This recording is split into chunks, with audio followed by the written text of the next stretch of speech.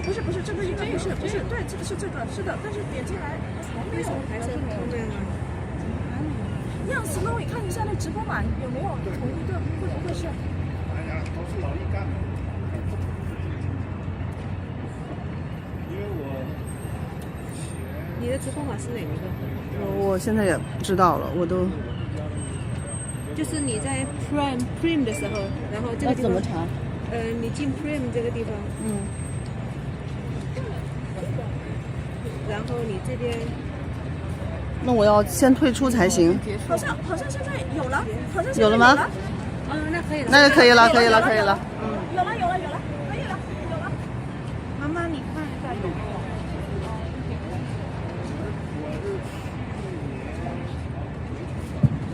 早上好，我们再等上3分钟就可以开始了。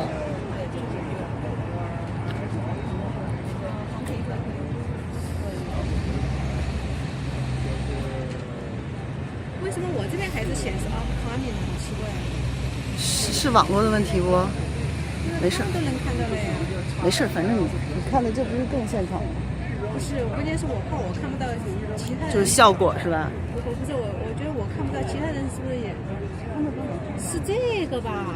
他们看的是这个吗？不是，这个是 live 啊。哎，可以了。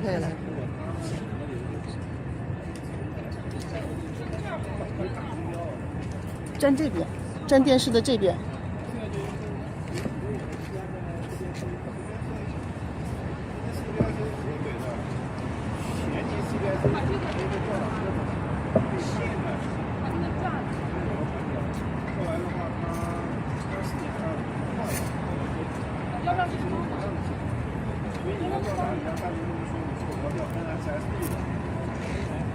对 ，NSFP 是 CBIC 下面一个调的，就是一个。OK， 这个现在可以。可以给他拍吗？可以，你想拍吗？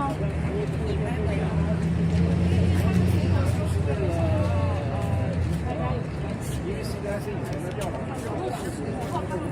节点。直播的时候，如果他喊口号，你可以转一下，转到这边。哦，我明白。就是假如说有人欢呼什么，我知道，就看一下。对，其他应该就放。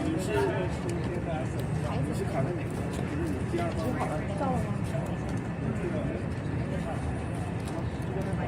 渥太华就是 NSFP 的，刚开始是在渥太华，然后后来的话就报名来看的，后来就改变了。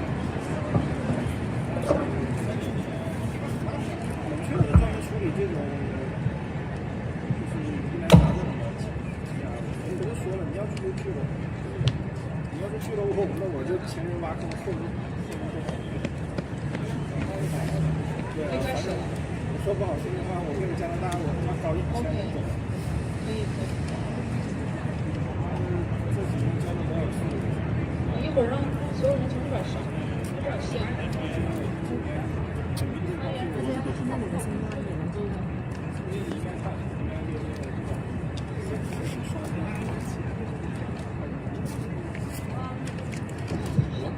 现在9点05了，那我们准备就开始了。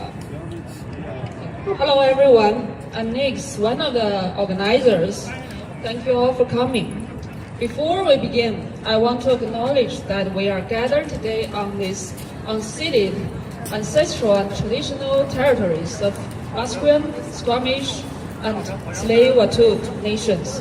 We are grateful to be here on this land, whose original stewards continue to care for these territories, and those consent was never sought. And this connects directly to why we are here today. The right of people to live on the land with dignity and with consent. 我们今天聚在这里，正是为了同一件事：人们有尊严的、被尊重的生活在这片土地上的权利。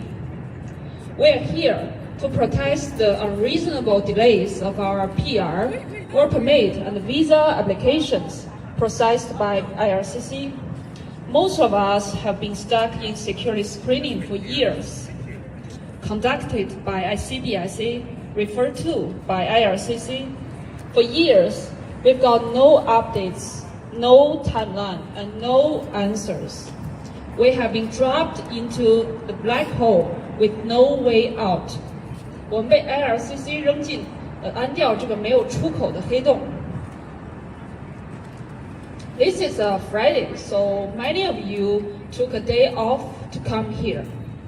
Of the people attending this event, most have been waiting for over 30 months. You can see the chart here. And 56.2% of us work in IT engineering area, and 9.2% of us in finance business area, and 7.7% in education and research, and others. There are also skilled workers and others. Yeah. Many of you come from thousands of kilometers away. Alberta, Ontario, Saskatchewan, Manitoba, and as far east as New Brunswick and Nova Scotia. I really appreciate it. 很感激大家克服重重困难，不远千里来到温哥华 Art Gallery. When we first planned this rally, I was thinking about the size of 30 to 50 people, but look around you, hundreds are here. The volunteer team and speakers alone are 50 strong already. Why? Why did all of us overcome these barriers to make it here together on Friday? Because the situation has become unbearable, and let's be honest, ridiculous. Because the damage to families runs too deep and too wide. Because the delays are not just inconvenient, they are devastating. And because we now know all too well that silence changes nothing. 我们现在已经非常清楚，沉默等待改变不了任何事。Behind each of us is a household on hold. People cannot plan, cannot travel, cannot decide whether to enroll a child in school, whether to begin medical treatment, whether to say goodbye to a dying loved one.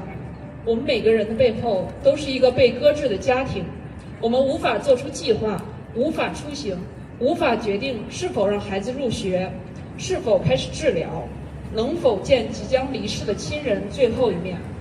This is why our voices must be heard.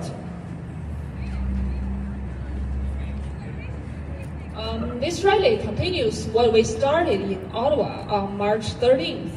We have seen incredible progress since then. Today, coast to coast, shoulder to shoulder, Vancouver adds its voice.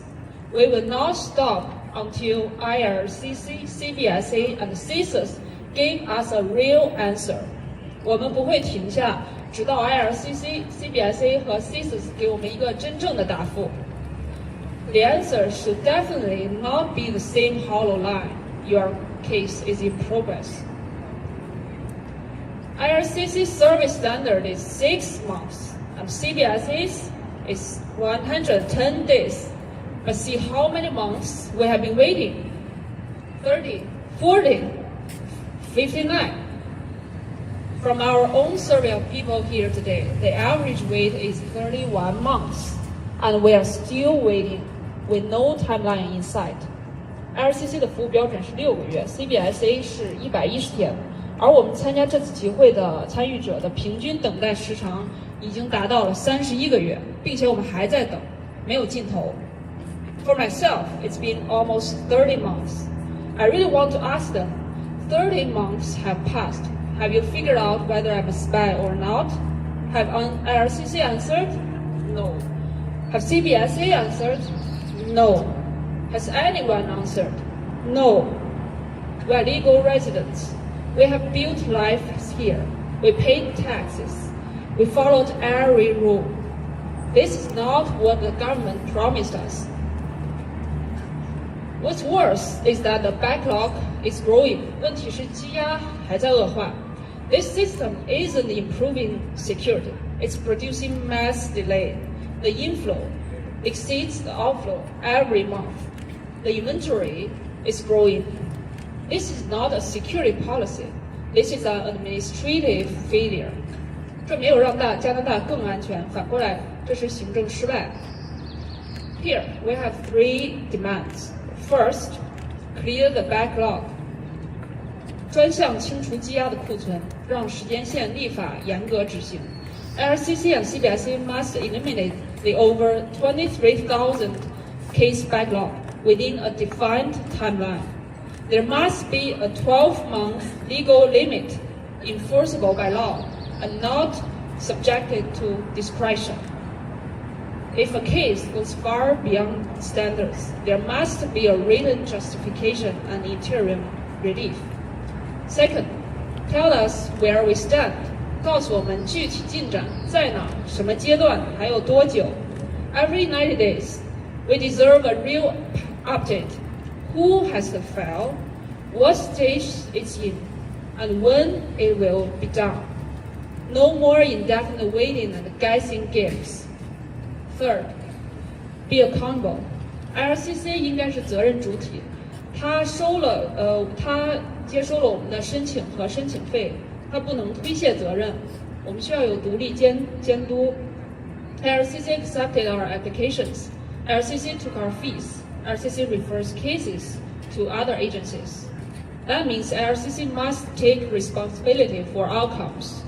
We need an independent immigration ombudsperson with the power to investigate delays and compel progress. Okay, before we continue, a few ground rules need to be emphasized. Stay on message. Do not bring in unrelated issues. It weakens our voice and confuses our messages. Save other issues for other places. 请不要谈论无关的政治议题，其他问题留给其他的场合。We reject all forms of discrimination, hate speech, and personal attacks. Be mindful of your words and your signs. 我们反对一切歧视和仇恨言论。If anyone tries to provoke you, do not engage, do not argue, do not escalate. Step away and inform a volunteer or police officer.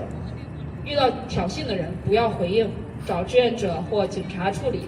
Our strength is discipline. Our power is restraint. 我们的优势在于秩序，力量在于克制。Okay, let's welcome the host today, Mandy.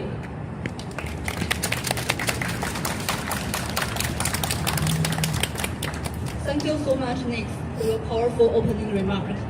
Hello, everyone. My name is Melody, and I'm your host today. Thank you, everyone, for coming here. 大家好，我是今天的主持人，我叫 Melody. 今天非常感谢大家前来。I have a few things to say before we start.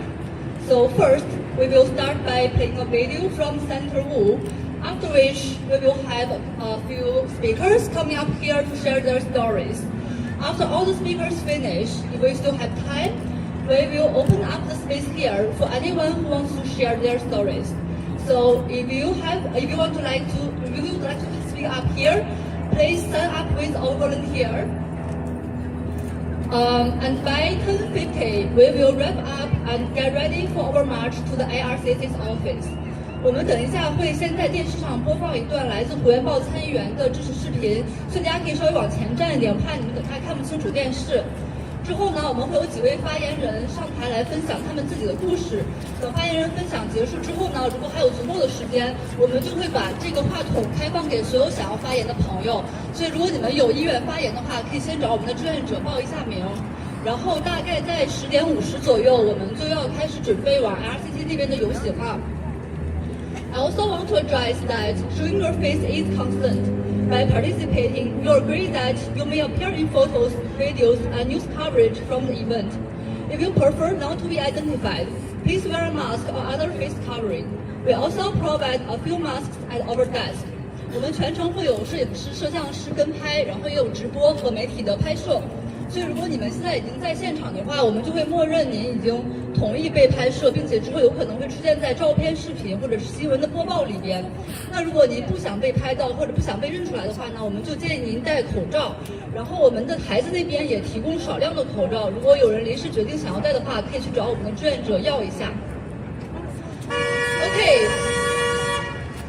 Okay, now we are done with the boring part.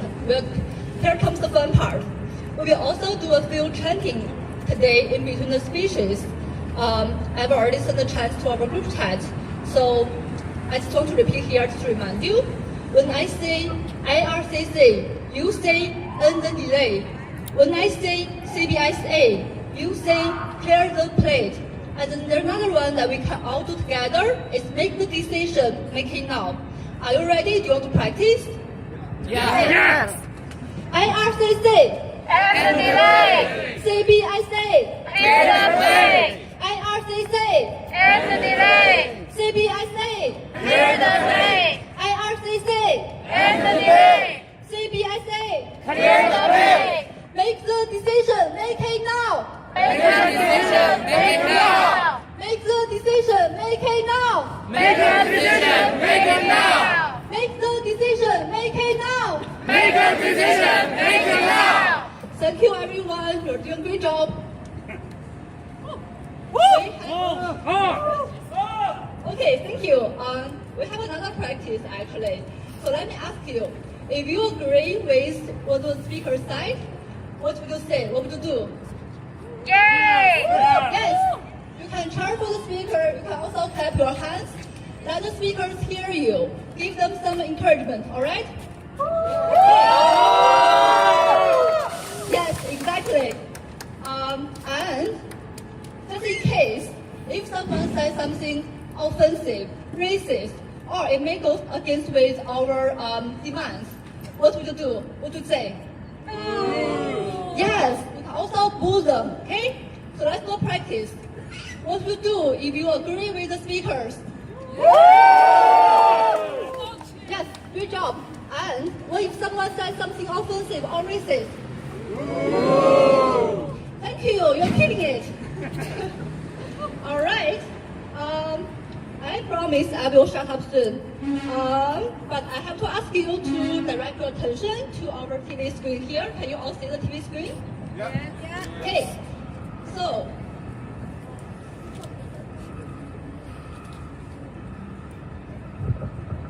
Good morning. I'm Wu, Senator for British Columbia. Okay, I just want to introduce Senator Wu first. This is Senator Wu. He was appointed to the Senate of Canada in November 2016, sitting as an independent representing British Columbia. Senator Wu has worked on public policy issues related to Canada's relations with Asian countries for more than 30 years. On March 13th, Senator Wu gave a speech at Parliament Hill during the rally to support our movement. Unfortunately, he is not able to be here today, but he sent us this video. 火焰报参议员一直对我们的活动表示大力支持，他也在3月13号国会山的那次游行发表了现场演讲。很遗憾，他今天不能亲自到现场，但是他发了这个视频给我们。Now, without further ado, let's welcome Senator Wu. Good morning. I'm Senator for British Columbia. I'm sorry I can't be with you today in Vancouver for your day of protests and awareness raising on the issue of immigration processing delays. All of you have been in this country for a number of years. You've applied for landed immigrant or citizenship status, and you've been waiting patiently. Many of you applied under the Express Entry Scheme because you were promised that your applications would be dealt with in an expedited manner. So that is why the delays are told as long as 36, 48, 60 months. That is why those kinds of delays are indefensible. What is worse is that many of you have not received any clarity as to why there have been these delays and how much longer it will take. You've already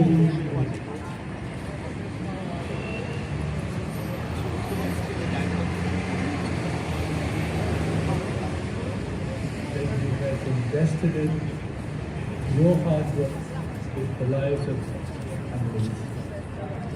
What you are asking for is transparency, clear timelines, and a sense that your applications are being dealt with fairly. I know that for many of you, your applications are stuck at the stage of national security review. It is right that we have a national security review. All of you understand the importance of that.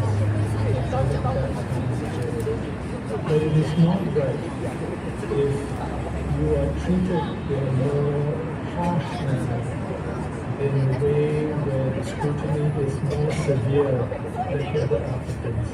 And you deserve to know if that is in fact happening. I want to assure all of you that I am fully behind you. I wish I could be with you today. I will continue to advocate for efficient, clear, transparent, and fair processing of immigration applications.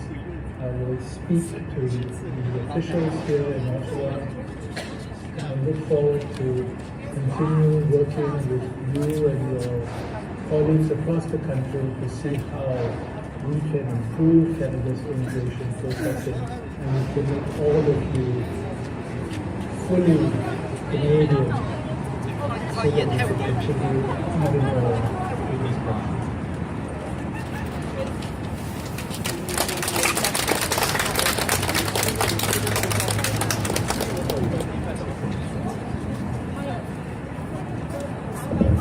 Thank you so much, Senator Wu. We will definitely make sure he knows how much we appreciate him. And 不好意思啊，这个音响效果现在有一点不是那么的好。然后，如果大家听不清的话，可以再稍微往前站一点。Today we actually also received supportive statements from more politicians. We got one supportive email from MLA Christine Wang and another one from MP Don Davis. I will also read the statements here for everyone. Give me 1 second.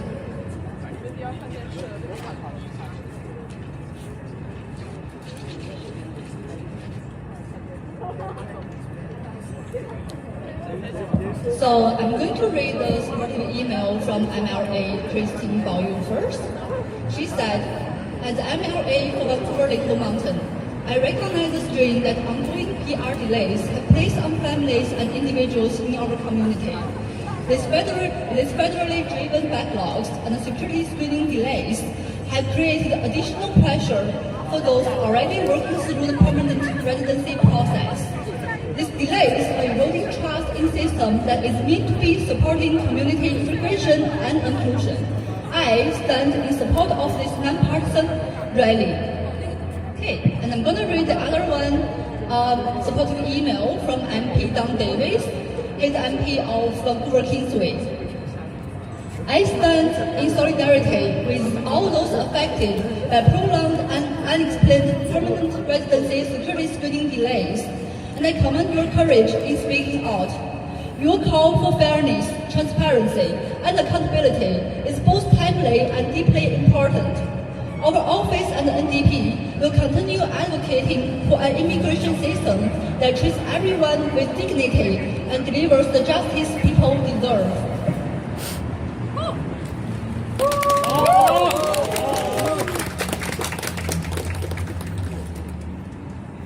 Alright, so I'm going to invite our first speaker here today. Our first speaker is JL. JL is a single mother who has been raising two sons in Canada for the past 4.5 years. They have been waiting 45 months for her PR while carrying the enormous financial burden of international student tuition. Let's welcome JL.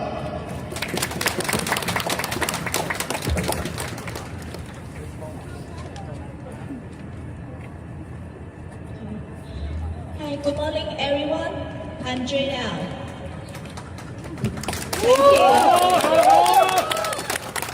So, if you pass me on the street, you wouldn't notice anything unusual. I study, work, pay taxes, raise my children, and take care of my family, just like any other resident in Canada. But one thing has put my entire life on hold. My permanent residence application has been stuck in the system for more than 3 years. In 2022, I completed my master's degree in cybersecurity here in Canada. A month later, I started working as a software testing engineer. I had no connections, no special background, just the hard work. Step by step, I earned my way to intermediate then senior level. I work hard because as a single mom, I want stability for my children. But today, my older son is already in university, and I'm still paying extremely high international tuition fee. My younger son will enter university soon, and I truly don't know how I will manage. Over these 3 years, I have renewed my children's study permit, their visa, my work permit, and my visa again and again. Each renewal means more fees, more anxiety, more uncertainty. We also pay NC premiums every month, something a long-term tax-paying family should not still be burdened with. To survive, I have compressed my life to the smallest possible shape. Almost all my furniture came from strangers giving things away for free. To save a few dollars on transit, I rely on Vancouver's 90-minute transfer window. Plan every route like a race against time. In December 2023, I met my partner, a Canadian citizen. We moved in together in May 2024 and have now lived together for 24 months. We want to buy a home, but we don't dare take out a mortgage. We want to get married, but we don't dare set a date. We want to plan for our children in future, but everything is frozen because my PR is still stuck. Here's my timeline. 2022 August, application created. December 2022 AOR. February 2023 medical pass. December 2023 enter security screening. From 2024 to 2026, multiple internal IRCC actions, but no real progress. Today, still security screening in progress after 45 months. Sometimes I wonder whether my field of study or my industry play a role in a long processing time. I don't know. And that uncertainty itself is difficult. I have never worked in a sensitive environment. I have no criminal record, and I submitted all required police certificates. I work in a regular IT testing job. Yet, NSIRA confirms CSIS finished its part. CBSA said it's not their responsibility. IRCC still show in progress. This is not caution. This is a system out of alignment. And an ordinary family is trapped in the middle. To save for my children's education, I have cut my life down to the bone. 2 moments stay with me. A winter night, pushing a heavy computer chair 3 kilometers through deep snow because it was free. My hands went numb. My pants were soaked, but I kept going because every dollar saved matters. A rainy day, carrying a desk lamp on my shoulder for 3 kilometers, shielding it with an umbrella as rain poured down my sleeves. Because the lamp meant my child could study better. Meanwhile, my parents, almost 80 years old now, are growing weaker each year. I want them to visit me, but without PR, I cannot make it happen. The hardest part is not the waiting. It is the silence. No explanation, no timeline, no responsible department. I am not an in progress. I am a mother, a partner, a daughter. My future, my children's future, and my parents' future are trapped in the administrative black hole with no exit. And I know I am not the only one. Thank you.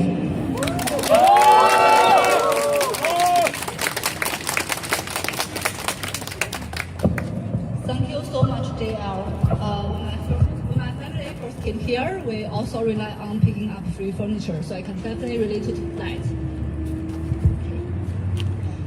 刚刚组织者告诉我说 ，CBC 马上就要来我们的现场拍摄，所以大家先准备好，然后等一下拿出一些气势，好不好？给他们看一看，让他们听到。然后呢，还有就是好像有一些朋友预定了牌子还没有拿，如果还没有拿的话，可以去那边的登记台那边领一下。Okay, our next speaker is Jerry. Jerry is a healthcare worker serving communities across northern BC. Due to being stuck in the application process, he has been unable to access further healthcare training needed for his job. Welcome, Jerry.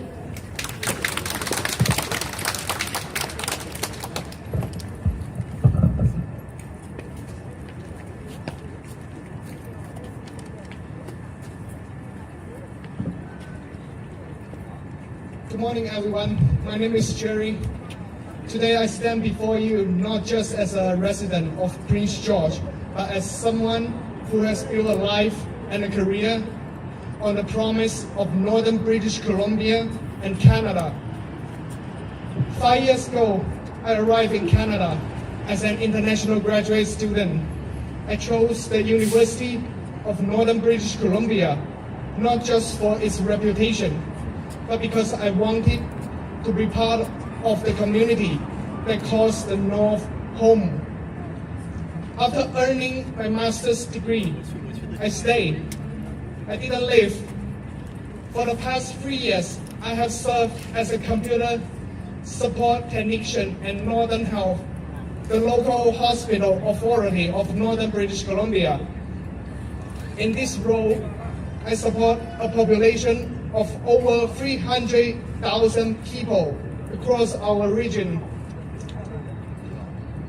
When our local hospital systems face technical crisis, I am one of the people making sure the infrastructure stays online so that doctors and nurses can continue saving lives.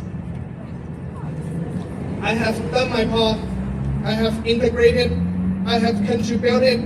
I have served, and also I have paid my taxes. But while I am here serving our community, the federal government has left me and thousands of others in a bureaucratic dark room. I have waited 33 months, 1,000 days. That is how long the Canadian government has taken to review a single person's permanent residence application. And that number is still climbing every single day. And I am still waiting for a decision from the federal government. Because of my temporary status, I am restricted from advanced healthcare training I needed to better serve our community, our 25 remote communities in our province.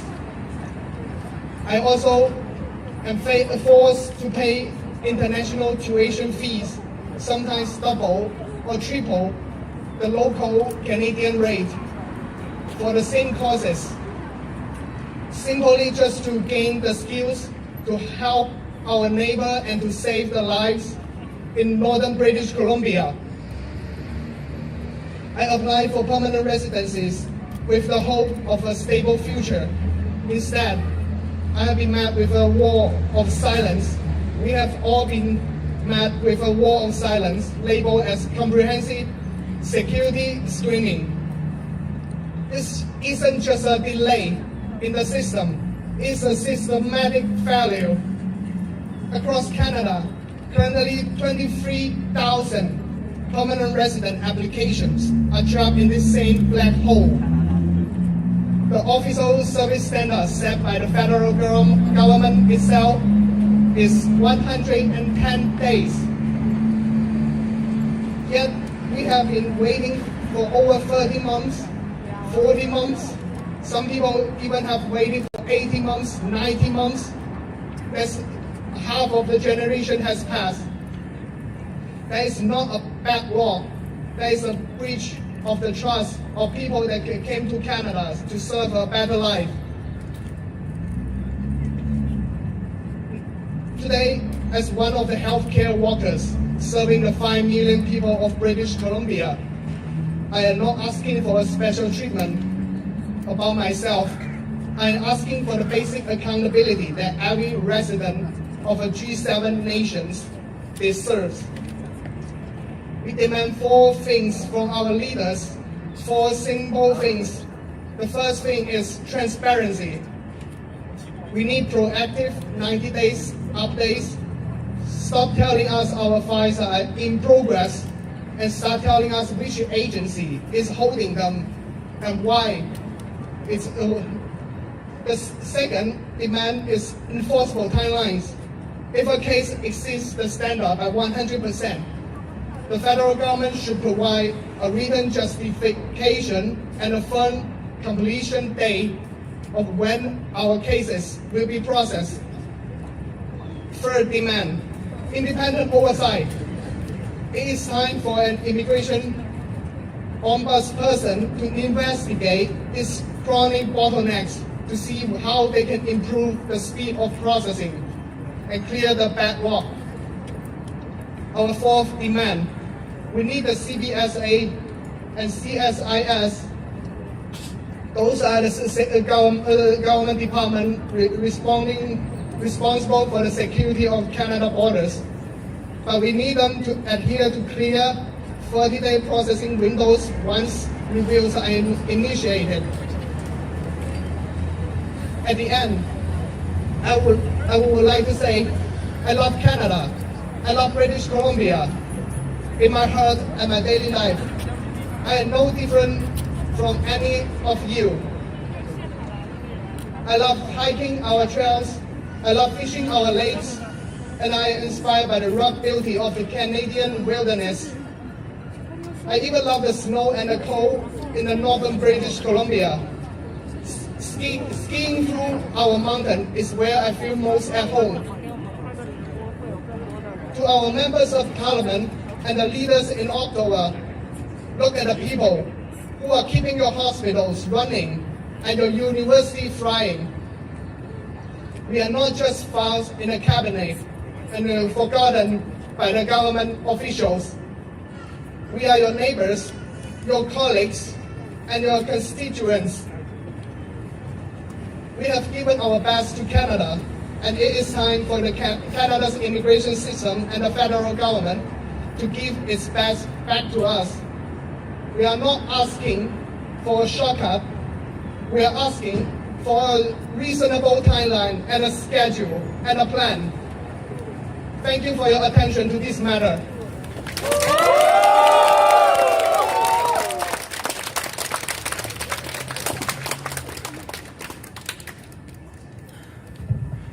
Thank you, Jerry, for your service in the healthcare industry and for coming up all the way from Northern BC to here. Thank you.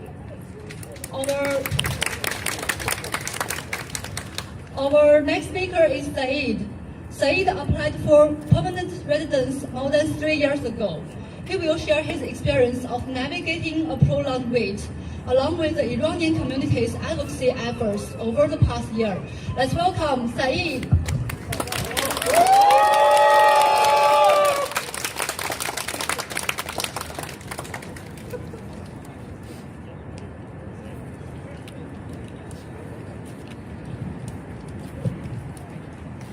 Good morning, everyone. Thank you. Good morning, everyone.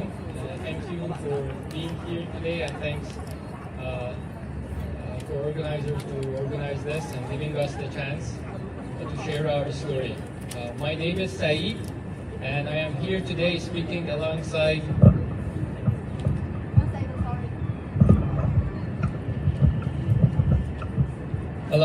thousands of PR applicants from Iranian Canadian community who are affected by these prolonged security screening delays. I want to share my own story because I believe my story is your story. I came to Canada 10 years ago as a PhD student. I completed my PhD at SFU in 2022, and I applied for permanent residency through Express Entry program 3.5 years ago. And today, I am still waiting. It means I am waiting after 1,237 days.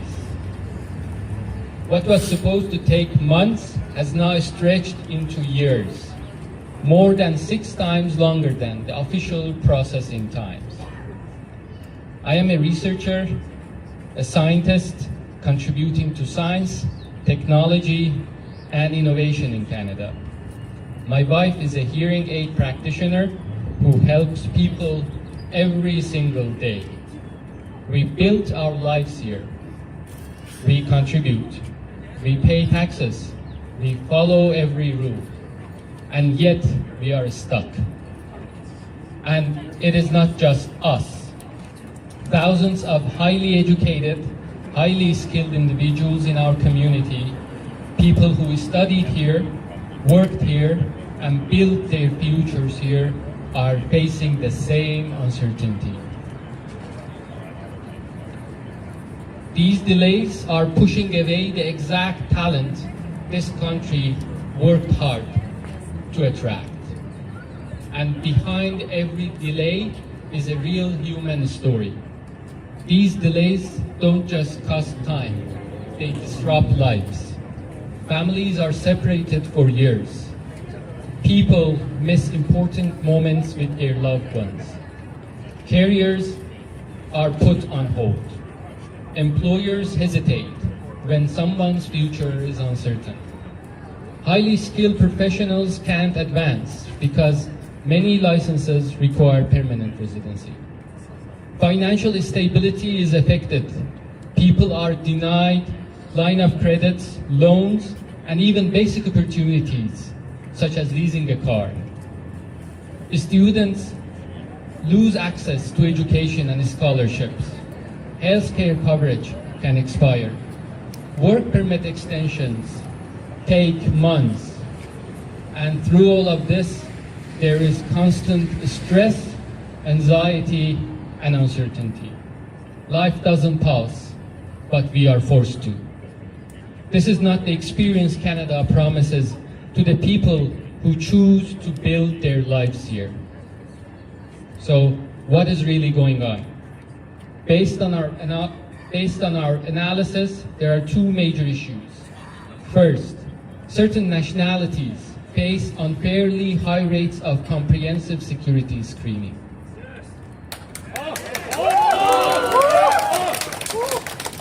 Data shows that applicants from countries like Iran and China are referred at much higher rates, sometimes more than 27 times higher than others. Second, the process itself is extremely slow. Projections suggest that the screenings can take over 5 years, far beyond any reasonable time frame. And what makes it even harder is the lack of transparency. There are no updates, there are no timelines, and there are no explanations. It feels like a black box. You enter it and you have no idea when you will come out. Let me be clear. We understand that security screening is important.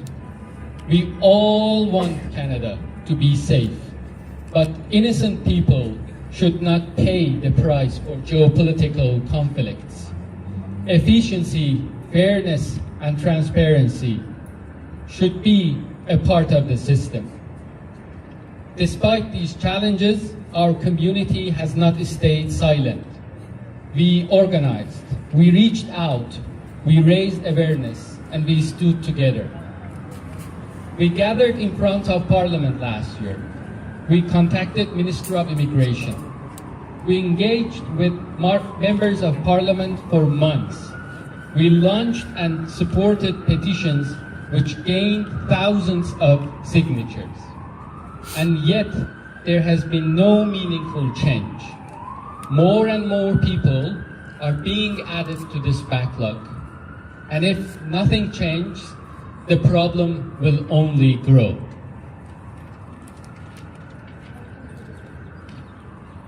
So today we are here to ask for action.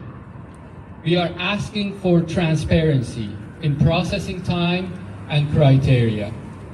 We are asking for fairness and consistency in how security screening is applied across all applicants. We are asking for accountability when delays go far beyond what is reasonable. And most importantly, we are asking for immediate action to finalize applications that have already exceeded standard processing time. Because we are not strangers to Canada. We are your neighbors. We are your colleagues, and we are your classmates. We chose Canada because of its values: fairness, opportunity, and respect. Now we are asking the system to live up to these values. We are not asking for special treatment. We are asking for fair treatment. To everyone here today, thank you for standing together. And those who are still waiting, you are not alone. And those in position of leadership, we have raised these concerns before. Now we are looking for concrete actions. This endless waiting does not reflect the Canada we believe in. It is time for action. It is time for change. Thank you.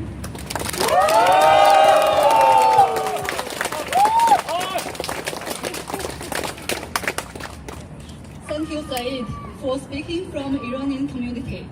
This delay is a serious problem affecting different immigration communities. So we need to work together. We need the IRCC to hear our voice.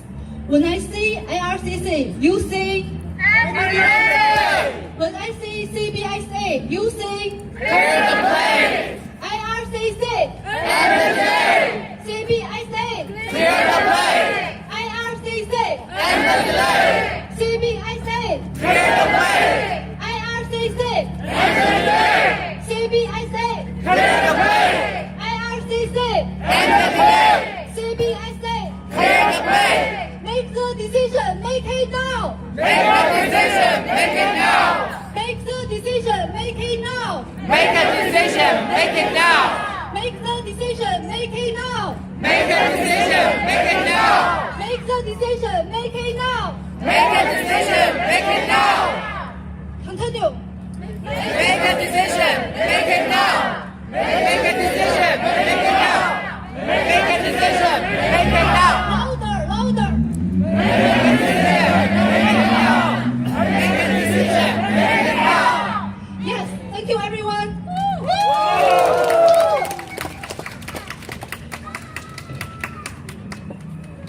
Our next speakers are Xiaawang and her daughter Aurora Hall. Their PR application has been stuck in security screening for almost 3 years, and Aurora had to give up her UBC offer due to high international tuition fees. Welcome, Xia.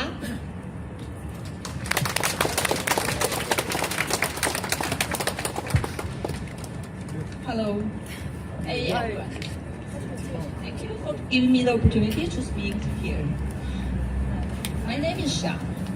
I'm here as a parent, a worker, a taxpayer, and someone who truly believes in Canada. I was a software development manager in Beijing. In December 2022, I moved from Beijing to Vancouver through an internal company transfer, together with my husband and my 2 daughters. At the same time, I also had the opportunity to move to the United States, but I chose Canada. I chose Canada because it represented fairness, compassion, diversity, and a welcoming immigration system. We believed it was the best place to raise our children and build our future. Since arriving here, we have worked hard to build our lives in Canada. My husband found a technical job. I continued my professional career. We received BC PNP, then submitted our permanent residence application in July 2023. Our 2 daughters have studied hard and adapted to a new country, a new language environment, and a new life. We bought a home here. We built our lives here. We contribute to our community. We pay more than $100,000 in taxes every year. We are not outsiders looking in. We already see Canada as our home. Yet after all of this, our permanent residence application enters security screening right after submission and has remained in a stale status for more than 1,000 days. No updates, no communication, no timeline, only silence. This silence creates enormous uncertainty for my family. If our application is denied, or if we lose my job while waiting, we may be forced to leave the country, where we have already lived in for more than 3 years. The country we now call home. And where would we go? We can't simply return to the life we left behind. So much has changed. After years of studying in Canada, my daughters may struggle to adapt again to a completely different education system. Their future is left hanging in uncertainty because of a process with no clear end. I want to be clear. We fully respect the need for security checks. Security matters, but security must also be reasonable. It must be timely, transparent, and it must be accountable. A process that leaves families waiting for years with no communication at all is not a fair process. This delay is not just administrative. It has real human consequences. My older daughter is a talented musician and received an offer to start music at UBC. But because her PR has not been finalized, she will be charged international tuition fee, which is 10 times of the local rate. We can't afford that. So instead of entering university, she has been forced to take a gap year, a lost year, a year of uncertainty, a year that no young person should lose because of bureaucratic delay. And we know we are not alone. Many applicants from engineering background appear to be placed into lengthy security screening automatically, regardless of their actual circumstances. I know one young man who started in Vancouver for 3 years in secondary school, then completed 4 years of university, then worked in Canada for another year. However, after 8 years in Canada, when he applied for permanent residence, he was placed in security screening for more than 2 years and was forced to file complaints, hire lawyers, and seek court action simply to receive movement on his file. If someone has been trusted to study here, work here, and build a life here for 8 years, why should that same person suddenly be treated as a possible threat to the country when applying for permanent residence? And when this happens at such a large scale, we must ask, is this process truly making Canada safer? Or is it simply consuming public resources while hurting families who have already proven themselves through years of contribution? We are people with stable jobs, strong education, clean records, and deep roots in Canada. We are not asking for special treatment. We are asking for fairness. We came in good faith. We built our lives in good faith. Now we ask Canada to treat us in good faith. We need reform, at minimum, clear timelines, regular updates, transparency, and accountability. No family should be left waiting for years, because every month of delay is not just another month on paper. It's another month of stress, another month of lost opportunity, another month of children paying the price. We still believe in Canada. That's why we are standing here today, not in anger, but in hope. Not asking for privilege, but for justice. Thank you.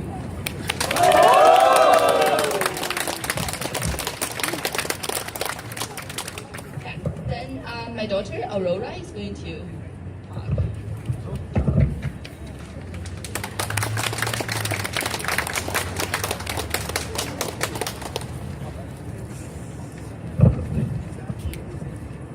Hello everyone, my name is Aurora Howe, and I'm a grade 12 student at the Hornby Central Secondary School. Thank you for listening to me today. I want to talk about what this delay means for someone my age. I love music. I practice flute 4 to 6 hours every day because music is not just a hobby for me, it is my dream. I am the first flute in the Vancouver Youth Symphony Orchestra. I worked very hard and I was honored to receive an offer from UBC's music program. And I was also invited by the director of my school band to apply for a scholarship. But then I found out I was not eligible because I do not have permanent resident status. That was heartbreaking. I did everything I could.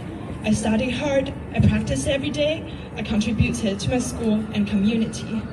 But something completely outside my control is now blocking my future. Because of international tuition fees, my family cannot afford me to attend this year, so I must take a gap year. Many people think 1 year is not a big deal, but for a young musician, 1 year matters. 1 year can mean lots of momentum, lost opportunities, and lost confidence. And the hardest part is that I still don't know whether I will have PR status next year. That may mean losing another year. This experience has made me feel sad, anxious, and helpless. Canada is my home now. This is where I learned, where I grew, and where I dream about my future. I hope the system can see families like mine. We're not numbers, we're people. Thank you.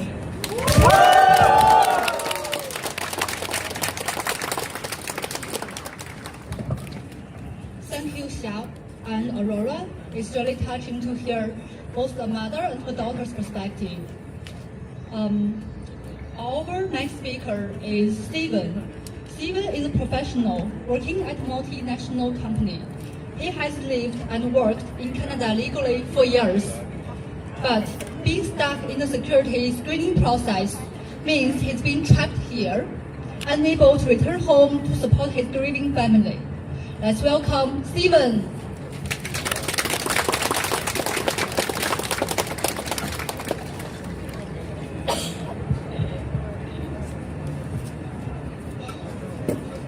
Hello everyone, my name is Steven. I stand in front of you today as someone whose life and family have been fractured by a broken system. I'm legally living and working in this country, holding a valid work permit and already submitted a permanent residence application.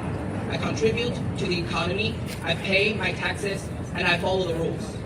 But despite doing everything right, I'm trapped, both my PR application and my request for routine temporary residence visa have been swallowed by a broken immigration bureaucracy. This endless security check on my TRV in particular has become my jail, locking me inside this country and stripping away my basic freedom to leave and return this country. On October the 7th, 2024, I applied for this visa. It's not about granting me new status or letting me enter Canada for the first time. It's simply the sticker I need in my passport to allow me to re-enter Canada after traveling abroad. But instead of a routine process, my file was pushed into a dark, bottomless pit that IRCC calls security screen.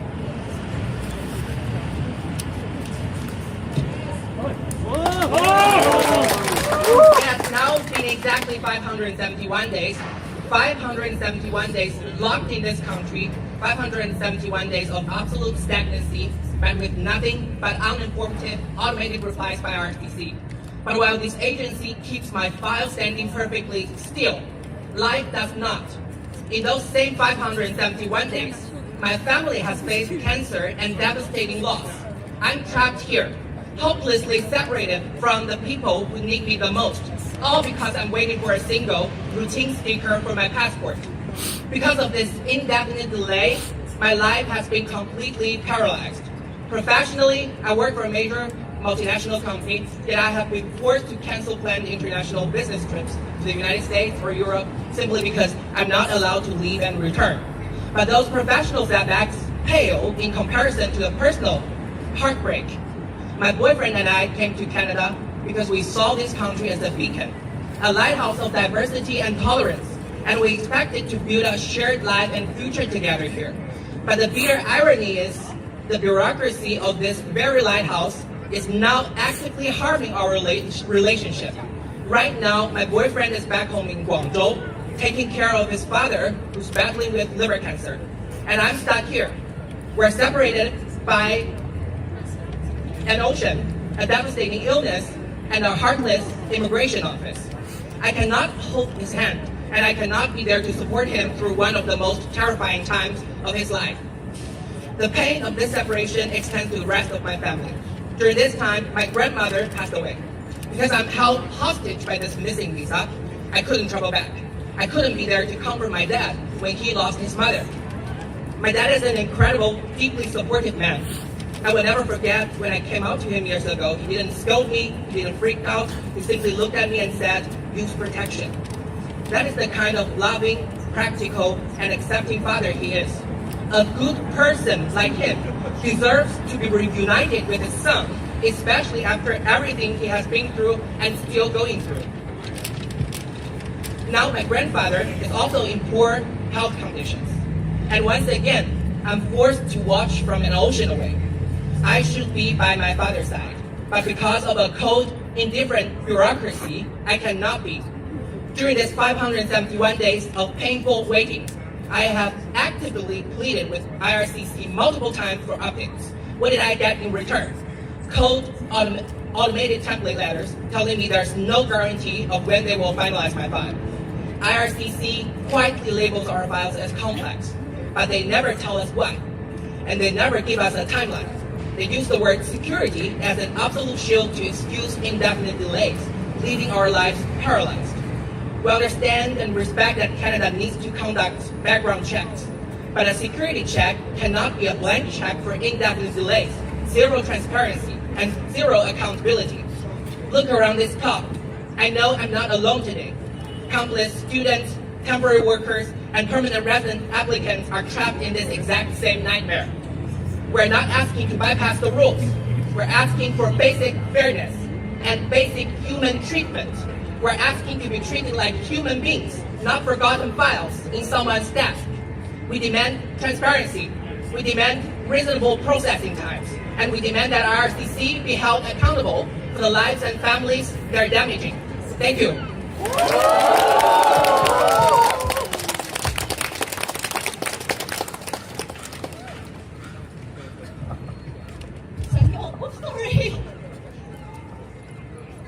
Thank you so much, Stephen, for your powerful speech.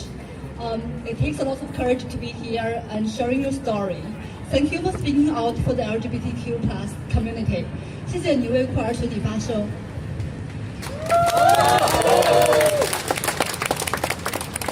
Our next speaker is Ting Wang.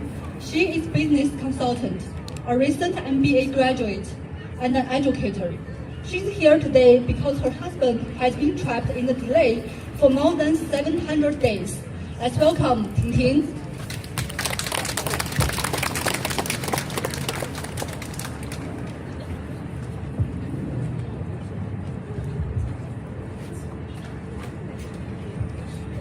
Good morning, everybody. My name is Ting Ting. I arrived in Canada 2.5 years ago to pursue my MBA. At that time, Canada was actively attracting international talents with policies like a 3-year postgraduate work permit and open work permit for spouses. So I came with the ambition to contribute, to learn, and to build a future. However, for the last 2 years, my husband's work permit has been stuck in an indefinite security background check. Therefore, he couldn't join me in Canada, and we are now a family being forced apart, and our lives has been heavily impacted. I would like to share what has happened with everybody. What are the facts here? So let's take a look at the timeline of the absurdity. I applied for my husband permit in April 2024. About a month later, it went into a security check. Since then, nothing has happened. I have sent 5 official inquiries to IRCC. No answer. I submitted every document possible to prove we have nothing to hide. There is no response. I called IRCC directly. There is no timeline. I even involved a member of parliament to follow it up. Still, nothing. I have done everything I can, but there is no use. It is now May 2026. For 2 full years, the only thing we've received from IRCC is under security check, then nothing. Why is this unreasonable? This is not just the paperwork, it's inhumane. It's unreasonable because it ignores the human biological clock and the fragility of human relationships. Personally, these 2 years were my window to start family planning. As an older professional woman, IRCC's delay has effectively stolen my chance at motherhood. They have pushed my marriage to the breaking point through long-time separation, and I'm not alone. 2 of my own MBA classmates are suffering through the exact same thing. Their spouses are also trapped in years-long security checks. Their families are being forced apart. There is no committed timeline for this process, and this is a systemic failure. How can IRCC claim to be respecting global talents while treating families like they don't matter, and there is no transparency, no limit to their power? What I demand from IRCC today. So even though I'm moving back to Shanghai later this month, I'm leaving Canada because I can't afford to waste time further in IRCC's endless bureaucracy. The system doesn't just trap individuals in a hopeless situation. If this kind of inefficiency were allowed to become the norm, then Canada itself would be hopeless. What do I demand from IRCC? IRCC, please wake up. Behind every single file number you ignore, there is a real human life and the family suffering. Time is life, and time is irrevocable. When you ignore our timelines, you are effectively ignoring our lives. We are done waiting in the dark. Give us an answer. Set the timeline. Finish the security check. Clear the backlog now. Everybody, thank you for hearing my story. Thank you so much.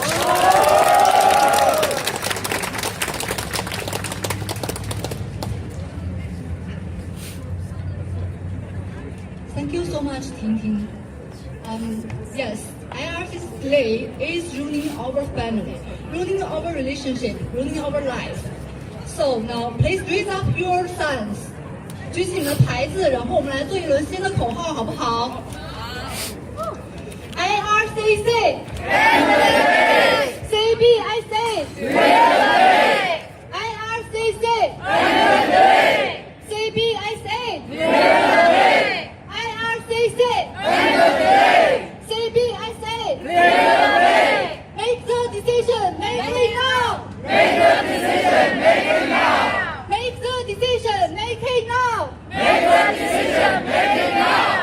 Make the decision, make it now. Make the decision, make it now. Make the decision, make it now. Make the decision, make it now. Okay, let's just keep going. Make the decision, make it now. Make the decision, make it now. Make the decision, make it now. Make the decision, make it now. Make the decision, make it now. Okay, thank you so much, everyone. We are actually going to play another video from former Senator O. So please direct your attention to the TV screen one more time. Former Senator Victor O. He served as a Canadian senator from Ontario from January 2013 until his retirement in June 2024. He also spoke to support our movement on March 13th at the Parliament Hill rally. He's sending a video as well.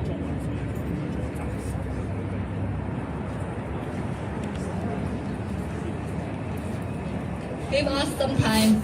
Technology.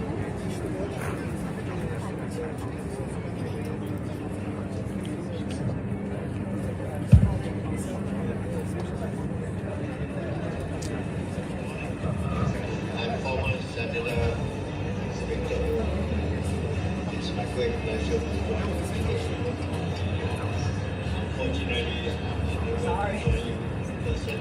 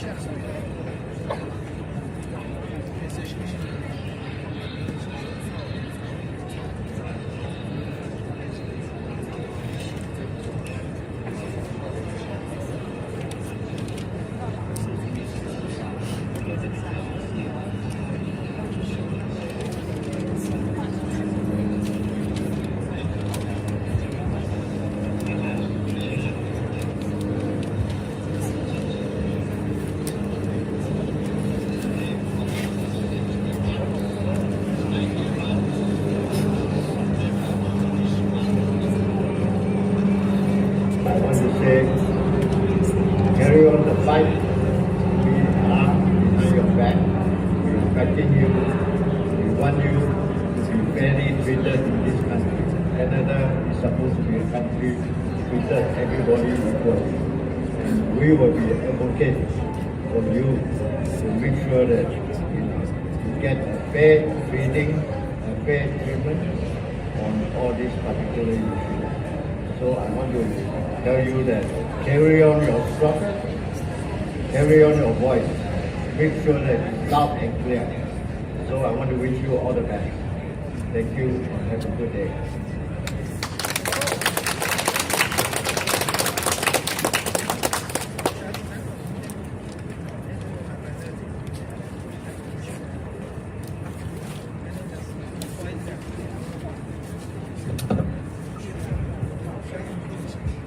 不好意思，大家，今天这个音箱的质量不是特别好。我们之后呢会把这些视频都传到我们的网站上或者是社交媒体上，然后大家可以到时候可以跟大家在线上分享一下。然后还有就是我们现在开放了，就是后面的这个自由发言的环节，这个环节是中英文都可以的，每个人最长限时3分钟。如果有人想要报名的话，可以先找一下我们这边的志愿者。Okay, our next speaker is Mandy. Mandy has been waiting over 43 months for her parents' PR application to be approved, so that she can finally see her family. Let's welcome Mandy.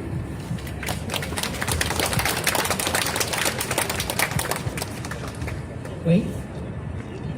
Good morning, everyone. Thank you for the chance to let me speak. My name is Mandy. I'm standing here today not just for my family, but for the parents and grandparents sponsorship community. For hundreds of families that I personally know, and many more across Canada. Families who are waiting, hoping, but still trapped in an endless silence from IRCC. I came to Canada in 2008. For the past 18 years, I have studied, worked, paid taxes, and built my life here. I became a Canadian citizen in 2017, and now Canada is my home. Like so many other immigrants, I believed in this country's values, fairness, compassion, and family reunification. As the only child of my parents, I carried one simple dream, that one day we could live together again as a family in Canada. In 2020, I entered the parents and grandparents sponsorship pool. After 3 long years of waiting, I was finally invited to apply on October 17th, 2022. I still remember that day because it was one of the happiest moments of my life. It meant hope, it meant reunion, and it meant family to me. I submitted the application in early November 2022. Everything moved forward smoothly at first. Then in August 2023, we received the pre-arrival letter, a clear sign that the approval was in the corner. My family was overjoyed. my parents began preparing for their new life in Canada. Even in retirement, they wanted to work, to make friends, to contribute, and to give back when they start their new life here. And then everything stopped. No explanation, no updates, and just silence. For the past 33 months, we have been stuck in limbo. During this period, my parents have been only been able to visit me twice in Canada, each time forced to leave because of their visa restrictions. Every update we sent to IRCC, every address change or travel detail came with the fear, will this delay the application even more? To avoid creating more complications in their applications, they decided to wait in China until a final decision comes out. Then every time when I video chat with them, one question that my dad always asks is there still hope in our application? I never knew what to answer. Until today, I have not been able to see my parents for almost 2 years. Every time when I video chat, I see their aging, I see their hope fading. And here in Canada, I live alone. My only daily companion is my aging dog, which you've seen, everyone have seen. He's here with me today. Over the past 2 years, I have gone through some of the hardest moments of my life. 2 car accidents, job loss, and watching my dog get sick, and even one time watching my dog get attacked and severely injured in front of me. When these bad things happened, I had no family beside me, no one to hold on to, and no one to tell me that everything is going to be okay. 2 months ago, I was in a serious car accident on the way home from work. My car was completely destroyed and went to a total loss. I was lucky to survive. But I kept thinking, what if I hadn't? What if things had been just a little worse? I could have been injured or died alone. That thought has stayed with me. I've had to seek psychological help for depression, anxiety, and PTSD. And I know deep in my heart that if my parents are here, things would be different. I would not be facing life's hardest moments alone. My parents are ordinary retired workers back in China. They have no complicated backgrounds. There's no clear reason for this delay. So we ask, why does a security check take this long, with no timeline and no transparency? Why are families who follow every single rule left without any answers? Why are we, who have contributed to this country, made to suffer in silence? We're not just asking for any special treatment, we're asking for fairness, for transparency, and for humanity. Family reunification is not just a policy, it's a fundamental human need. Today I stand here with all of you to speak out, not just for my family, but for every family who is still waiting in the dark and who is still struggling. We hope to be heard, we hope to be seen, and we hope for change. Thank you.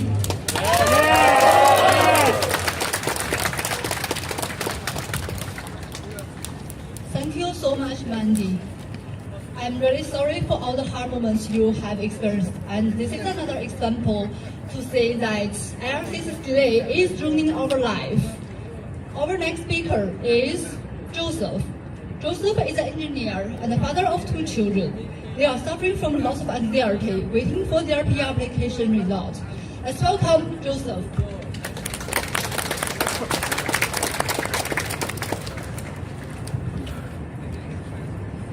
Hello everyone, my name is Joseph. I'm a software engineer.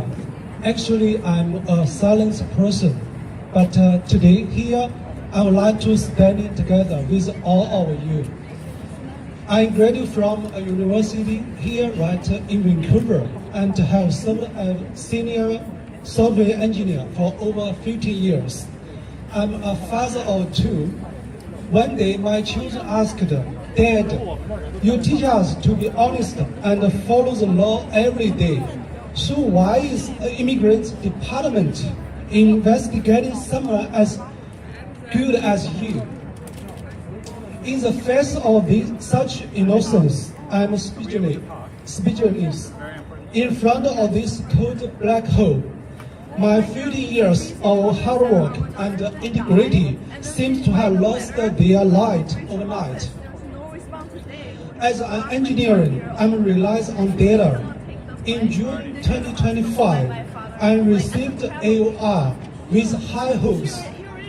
In September 2025, my case entered the door of security screen from CBSA. Now, May 2026, 7 months has passed, and the system is still stuck on received by CBSA.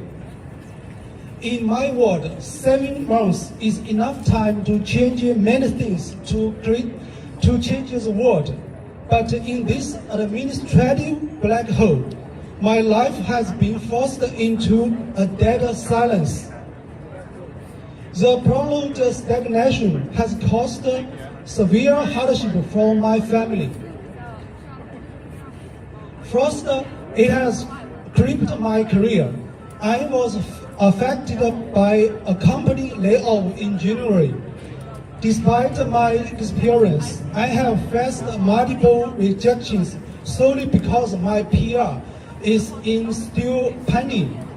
The delay is directly preventing me from securing a job and a contribution to Canada's economic development. Second, it's a financial burden. My 2 children attend a private school.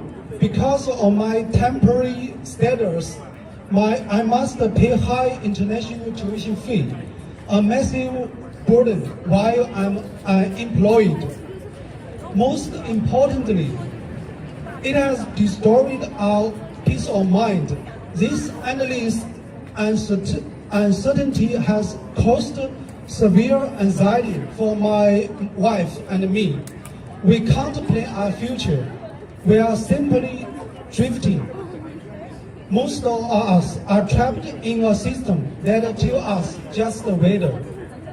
While our life passed us by, look around us.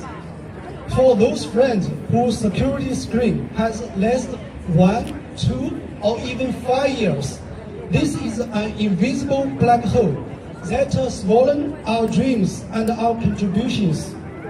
I'm not here to oppose security checks themselves. I'm here to speak out against their inefficiency and lack of transparency. This prolonged delay has cost us ability to work, our financial stability, and the confidence to explain justice to our children. Security screen should not feel like a life sentence. Decision must be made within a reasonable time frame. What we are asking for is not a privilege, but the transparency, efficiency, and basic respect that a country governed by the rule of law must provide. Thank you, all of you. Thank you.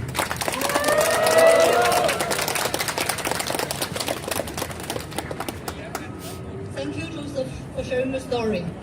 Our next speaker is Rosenberg. He has been working in Canada for years and contributing to communities. However, the severe processing delays on his PR application has kept him from reuniting with his elderly mother. Let's welcome Rosenberg.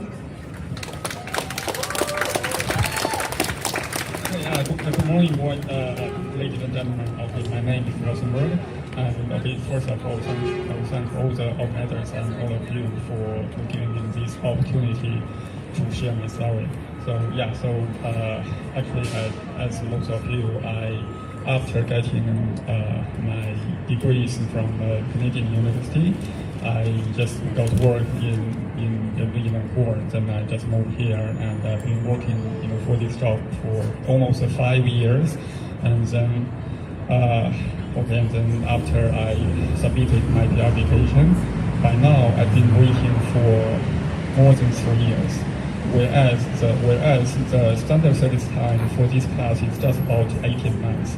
So, honestly, I used to dream that I can bring my elderly parents here, and and just have a peaceful life at least for their last years. unfortunately, during this serious waiting time, my dad passed away, and now my mom just still living in my hometown, on the other side of the Pacific Ocean, and she's already over 77 years old. So yeah, so that's why I'm willing to stand here to tell all of you the IRCC and CBSA, they have caused a lot of humanitarian disasters to us and of course to other people. Besides these humanitarian disasters, there are also, and of course, there are also a lot of other, disadvantages of this unreasonable delay. For instance, I know some CBSA and IRCC officers, they always claim, national security is on the top priority, but actually that's why they should process our applications, including the security check, as soon as possible. Otherwise, if there are really some criminals or even terrorists coming to this country and want to do something to hurt Canada, the longer the process time is, the more likely they can do those things to hurt Canada, right? Besides, this stupid delay also caused a lot of, I can say, a lot of damage to Canada's reputation, because this country's famous of is open to immigrations, right? It's justice, it's clear law system and social system, and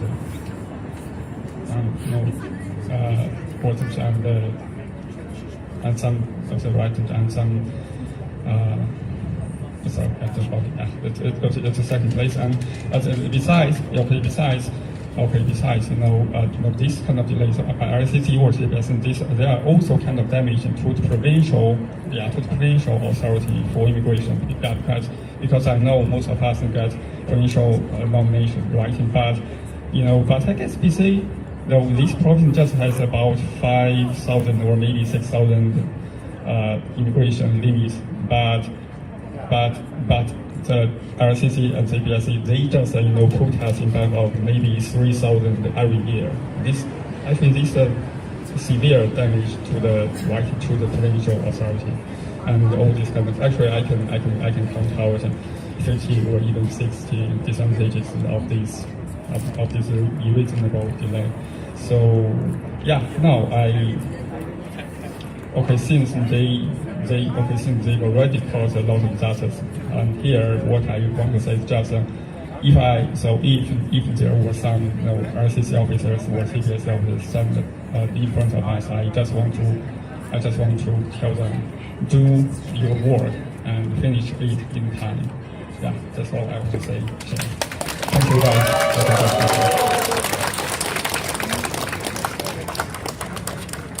Thank you, Rosenberg. I'm really sorry for your loss. So now we are going to open a space for everyone who wants to share. Our first volunteer speaker is James. Let's welcome James.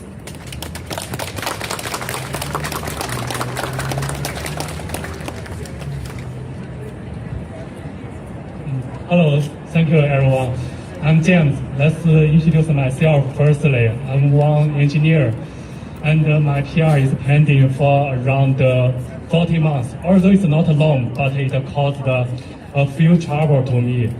Firstly, trouble, I'm a new father.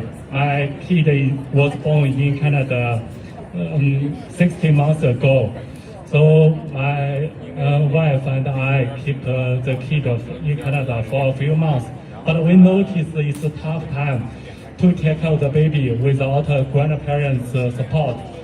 And we fear it's a high possibility that grandparents' visitor visa will also encounter the security check, because my PR is in the enhanced background check. So my wife and kid has to go back to China, and I'm separate from my kid for a long time. So every day when I had the video chat with the kid, I show the supermarket milk to kid. You know, kid, they love milk, and my kid want to kiss the phone screen because she know Canada is her home, and she enjoyed the Canada milk. But now she has to stay in China for a long time. And the second trouble is, you know, due to PR is not approved, I have to apply bridge open work permit. I applied last year April. After waiting for 8 months, I got one message from IRCC, say there is an update. So I called IRCC and wait around half hour. You know, it's a long wait time to wait the agency.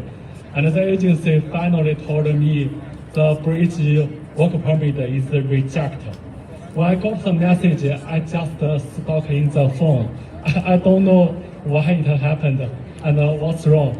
So after 1 minute, I calmed down and asked IRCC agents, and they told me my lawyer partner missed one critical BCPNB file, so my bridge work permit is rejected. And that is one bad day for me. I got the bad news this morning, and I have to tell my boss I need to handle it quickly. And I closed myself in one meeting room and spend half a day, 6 months to submit all necessary file to submit again. And at that day at night, I already booked one flight for business trip. So I have to continue submit the file on the SkyTrain to airport. So before the flight fly, I finally submit my bridge work permit the second time. Now I have waiting for the bridge work permit for around 5 months. I don't know if this second permit can be approved or rejected. If it's rejected, I have to stop working, and of course I cannot feed the family. So this is my story. Yeah, I'm separated from my kid, and I got rejected bridge work permit one time. So what I hope is for the fairness from IRCC and transparency. Okay, that's it. Thank you, everyone.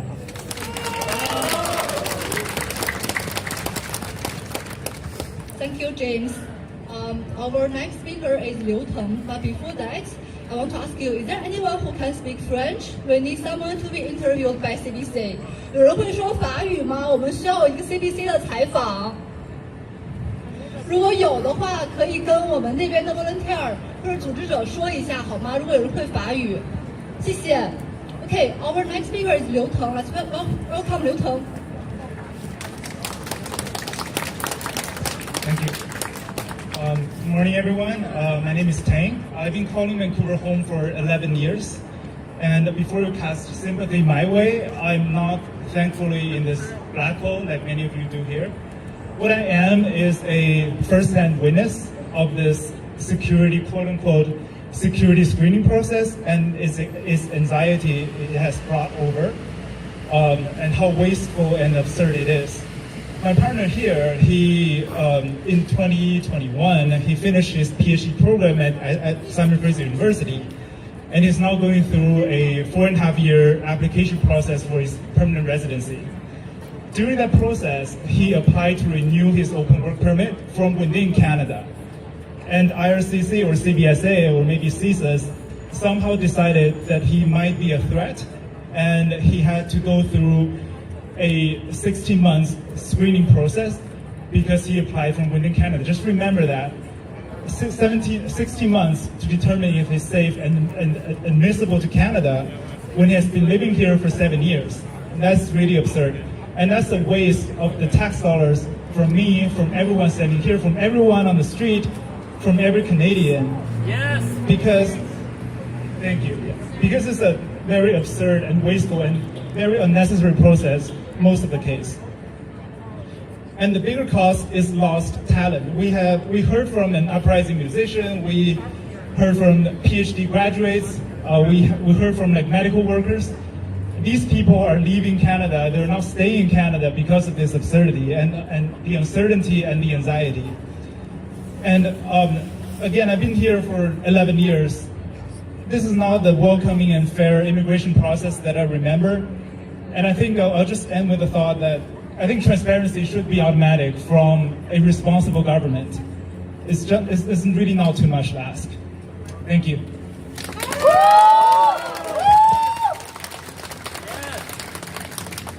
Thank you. Our next speaker, the actual family. Let's welcome Marshall's family.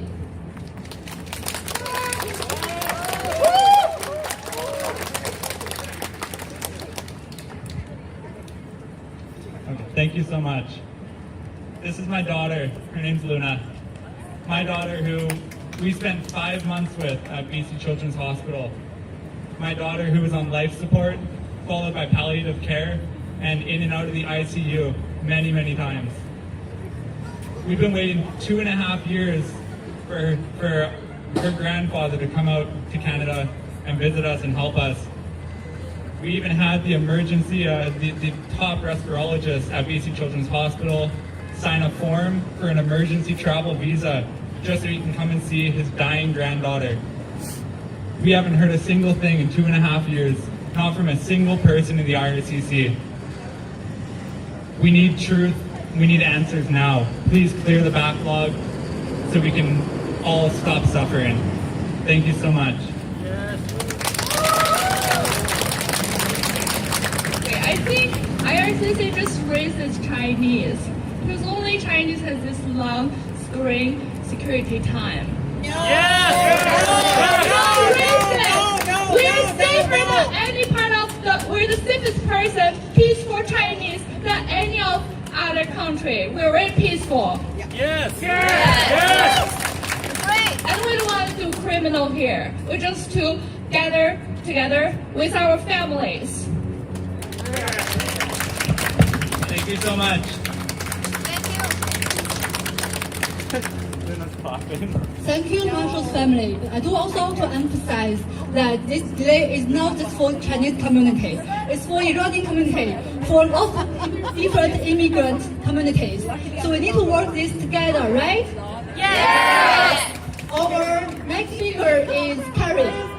Let's welcome Carrie.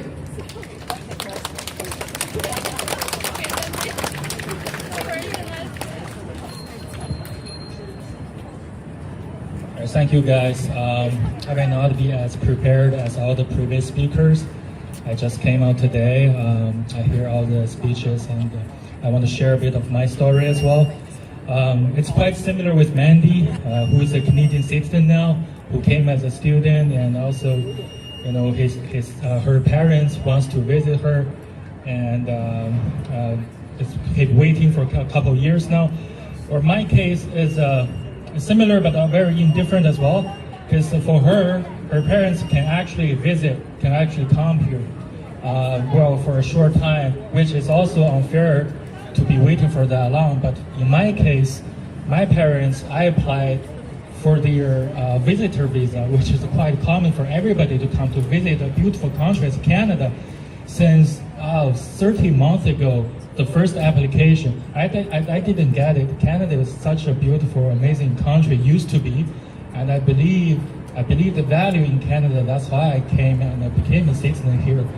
But the first application 30 months ago, second application nearly 24 months ago, for many ways applied to the parenting super visa, all got stuck with this, like everybody said today, very similar security screening, which I don't really believe so. I don't think that is a security screening like everybody else is also, experiencing. As a security screening, how can it take that long? It's certainly for me that's an excuse used to be for other reasons. And the lady said earlier, Chinese very peaceful, and a lot of, not just my case, my friend, actually I came with my friend today, and she has another friend. They apply for the PR for themselves. We're all Chinese, and seems like for the recent couple of years is raising numbers for applicants. I'm sorry I don't know the other communities that they are also experiencing this, but especially for Chinese community, I see more and more of the cases that are delayed with no reason, and I don't know how they define people who want to come here to contribute to reunion and to build this beautiful country as need to be checked and understand, but for that long with clearly not a real reason for quote-unquote security clear. I don't understand that. I don't believe that. And yes, please take it seriously, IRCC. And I kind of talked to the people who use probably now or before worked in the IRCC. They said they're very busy every day. I don't really understand what they're doing with this much of delay. Sorry. And yeah, I really hope Canada used to be a great country. I still believe it could be. I just hope that don't make this type of mistakes to make the country not as amazing as people want to be here. Thank you.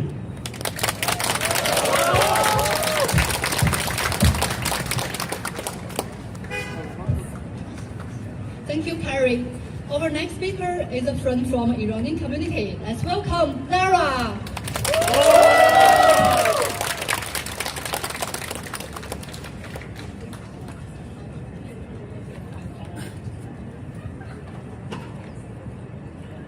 Hello everyone, thank you so much for giving me that chance. I didn't have any idea to be here to talk to anybody, but when I arrived a little bit even later, I was thinking, oh God, maybe I'm the number one here, 48 months waiting. And then when I started listening to everybody's words, I was thinking, okay, I'm a good collection of everything that happened to anybody here. Okay, so very quick, I try to read everything. My name is Zara. I'm here to request a fair and timely decision on my permanent residence application, submitted in April 2022, almost 4 years and 1 week. It has now been over 4 years, and this prolonged uncertainty has significantly affected both my personal life and professional progress. I came to Canada as a physician with the goal of contributing to healthcare and innovation. While working as a medical technician now in a clinic, I have also been developing a startup focused on a medical device. Despite my dedication, my uncertain immigration status has prevented me from securing investors or accessing financial support from banks, limiting my ability to move forward with my project. Because everybody believes that you don't have any PR, and then I give right to them because they don't like to invest on a project that the basic founder doesn't have any stability here in Canada. During this time, I have also faced serious personal challenges. My father was diagnosed with cancer, and due to my situation, lack of that visa stamp in my passport, I was not unable to be with him, and I am the only physician in whole of my family. Imagine a dad that raised up her daughter to be there just for 1 day, and then I couldn't be with him. I was just talking even the last moment with him. My dad was a strong guy that helped me in every single moment. This has been deeply painful. At the same time, I'm responsible for supporting my 2 daughters.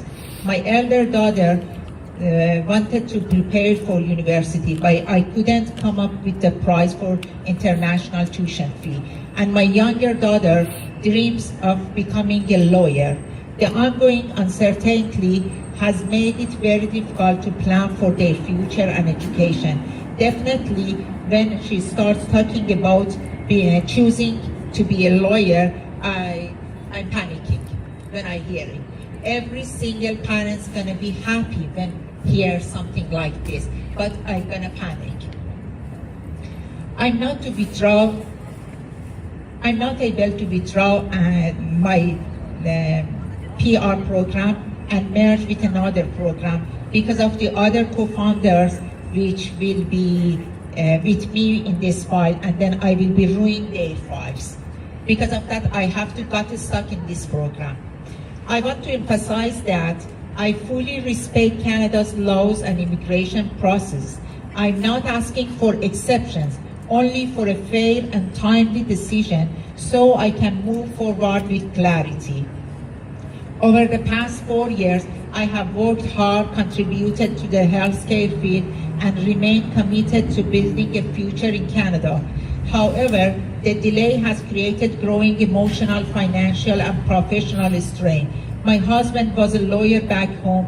Now he wants to pass NCA exam for being a part of the law community, but they ask him to pass the exam, but they are not giving certificate until he is getting his PR.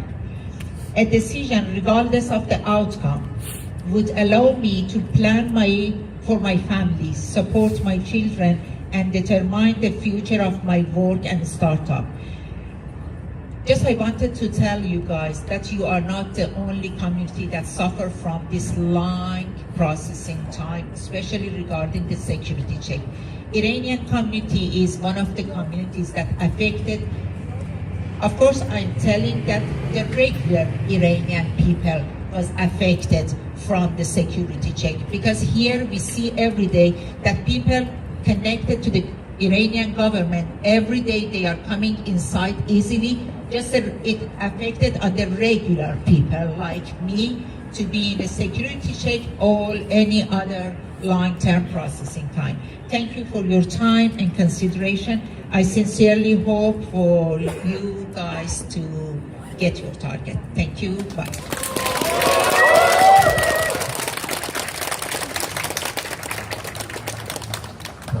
Thank you so much, Sarah. So we have our last speaker. His name is Igor. He's from the Russian community. I just have a few more words before the last speech. 因为我们现在需要就是提前拆一下这个电视，所以现在等一下最后一个人演讲的时候，会有一些志愿者朋友在这边拆电视，所以先跟大家说一声。然后呢，我们现在这位是最后一个发言了。发言完之后呢，我们会邀请你们大家所有人。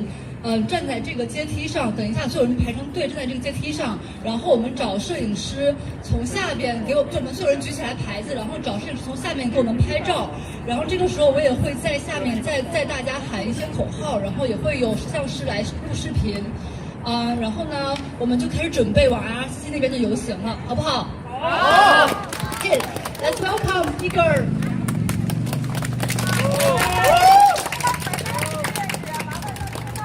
Hey everyone, and thanks for coming. I applied for startup visa in April of 2021 and still waiting for my PR.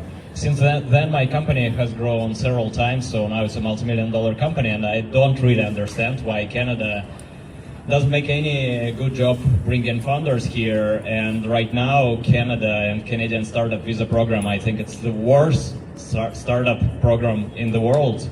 And it's like really easy to see that statistics, it's not just twice worse or 3 times worse. It's much worse. And there is no transparency in what's happening.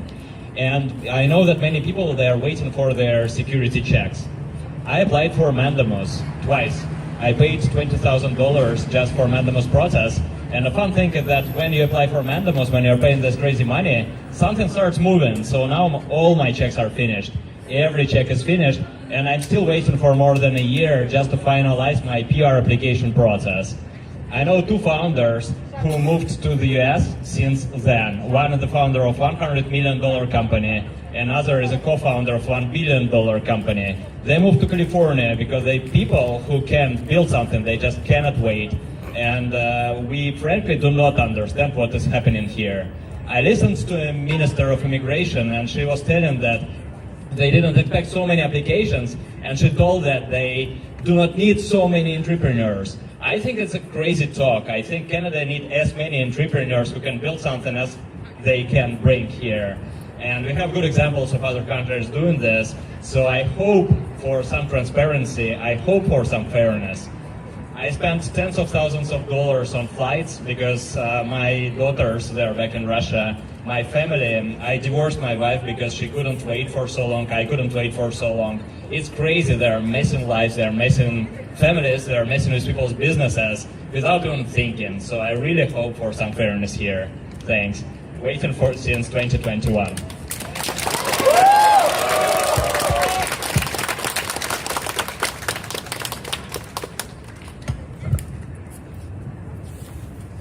Thank you, everyone. We are about to march soon.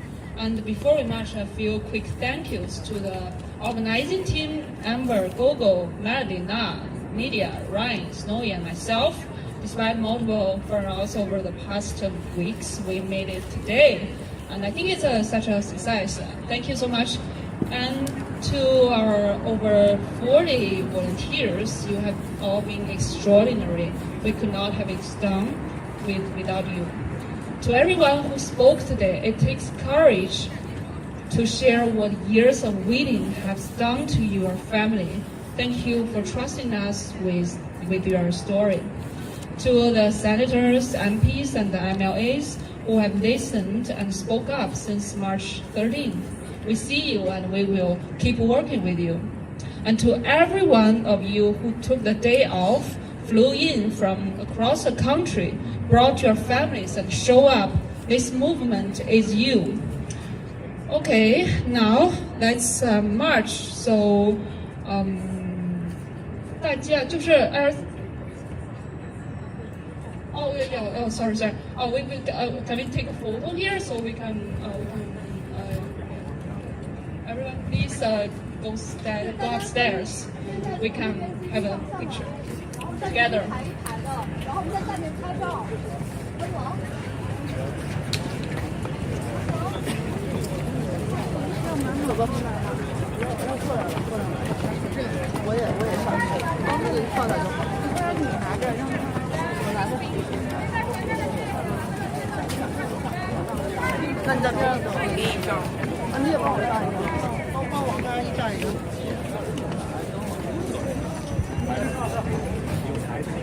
Everything declined. My friends, they moved here 17 years ago, and they told me like, 不愿意微信。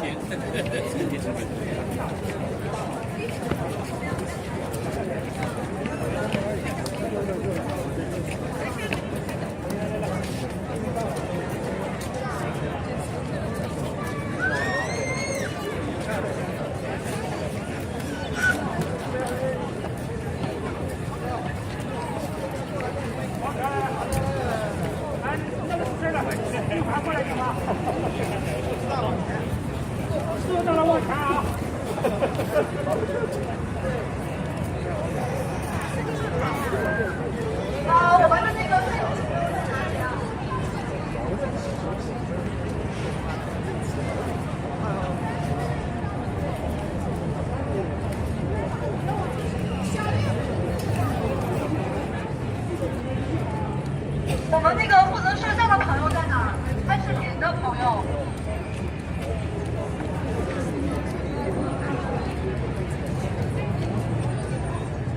我们有那个现场负责摄像或者拍视频的。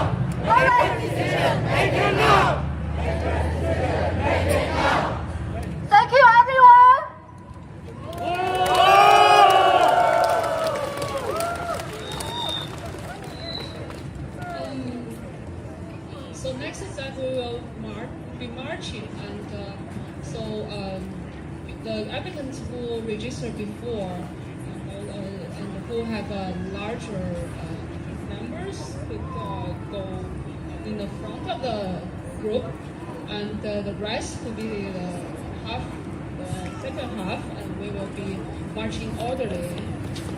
So 就是大家注册过并且月份比较大，我看看超过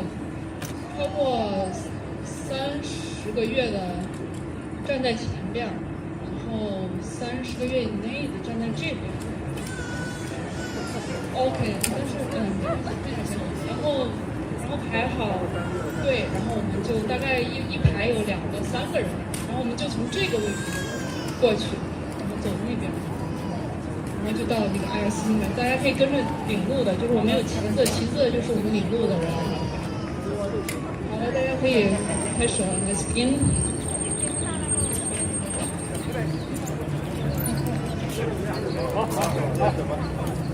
往上。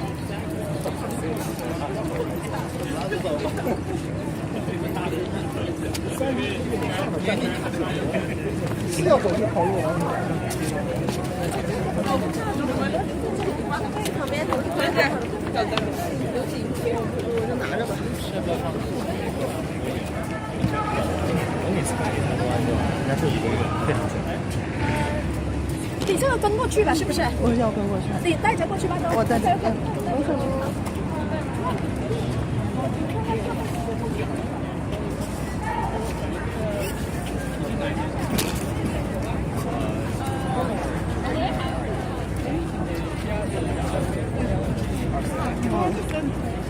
他应该会找我。他在这个位置呢。就是大屏幕。我找一下，这样那个。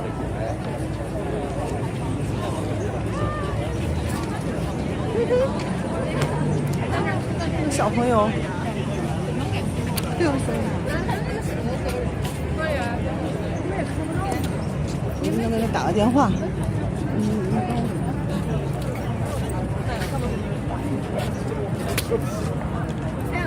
你帮我回答。2天，他你不这个不会一直是那么大的吧？昨天大你的。文姐。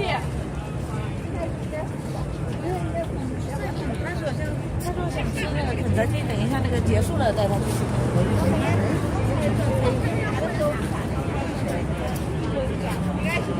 完了，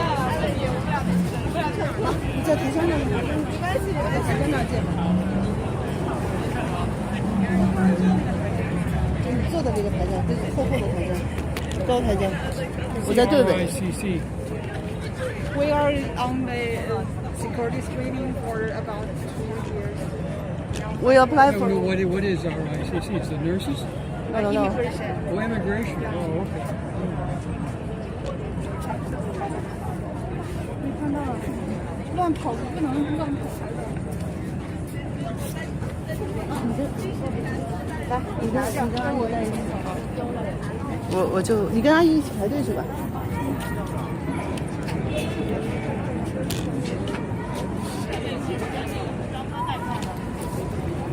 你们俩一起，我就到前面看看视频。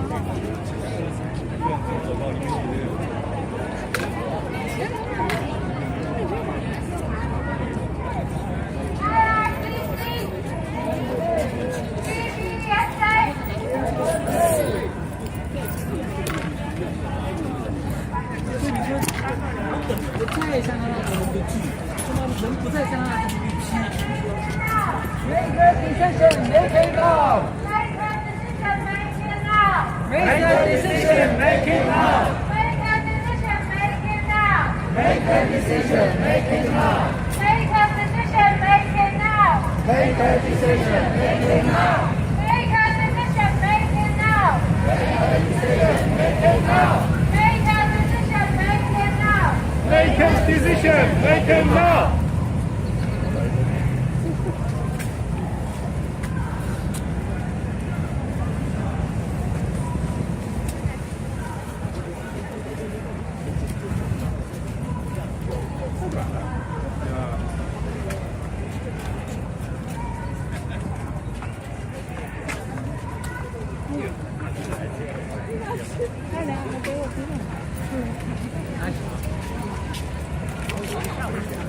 IRCC end the delay. CBSA clear the play. IRCC. CBSA. IRCC end the delay.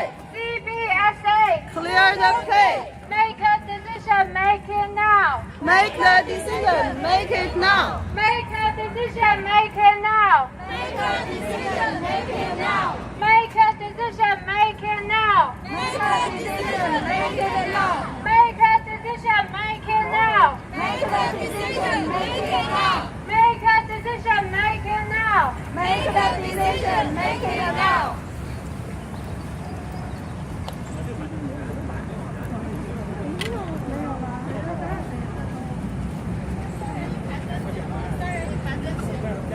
一排跟紧啊，大家3人一排跟紧。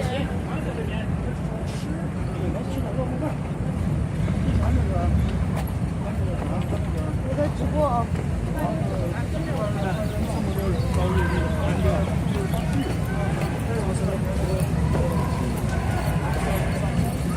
大家口号喊起来，支持我们！不是世界共产党，不是差不多警察帮我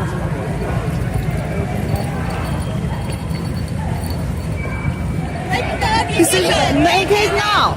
吃亏了，是为什么？为什么？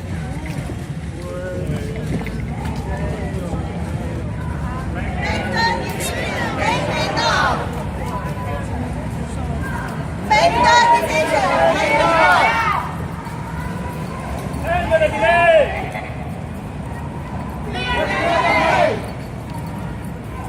End the delay. Clear the play. End the delay. Clear the play. Make the decision. Make it now. Make the decision. Make it now. Make it now. Make the decision. Make it now. Make it.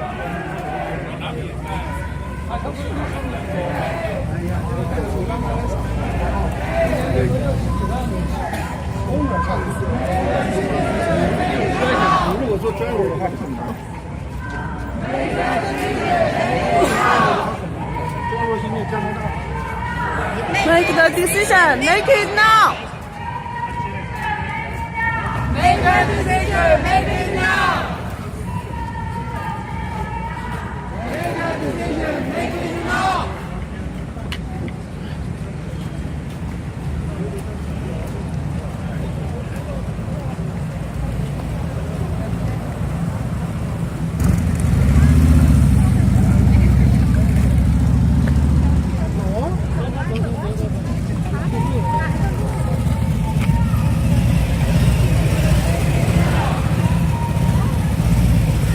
Make a decision. Make it now.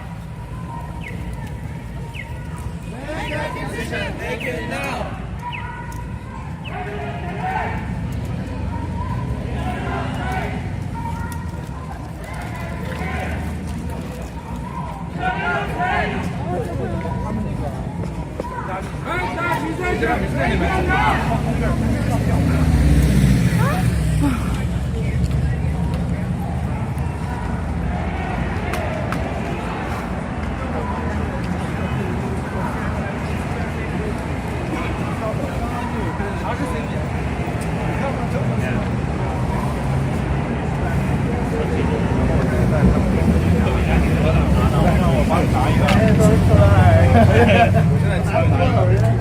我待会儿找个地儿直接扔了算了。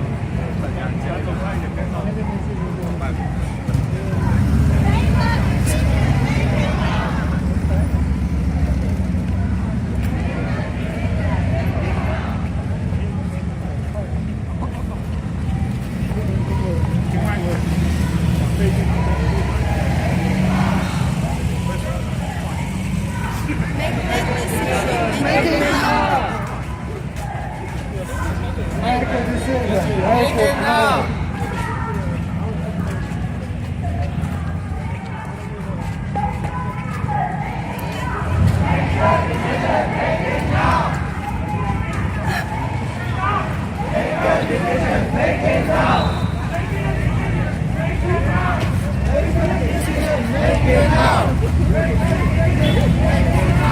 Make a decision. Make it now.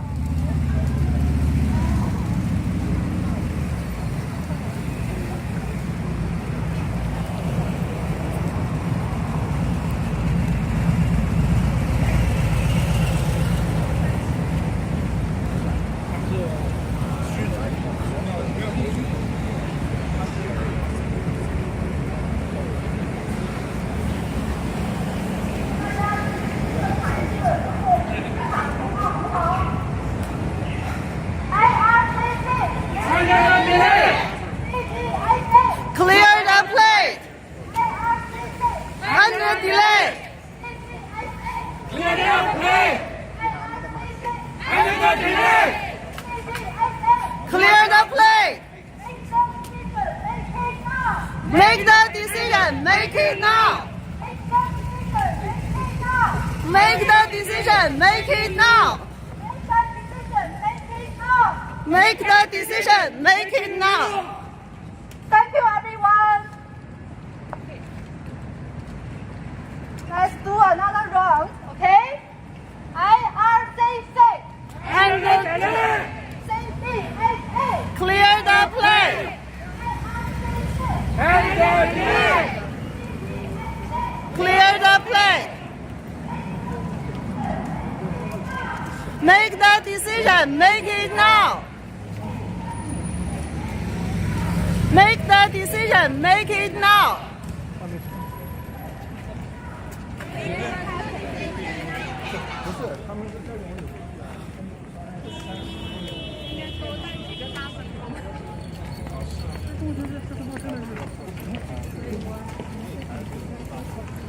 它有个标记的。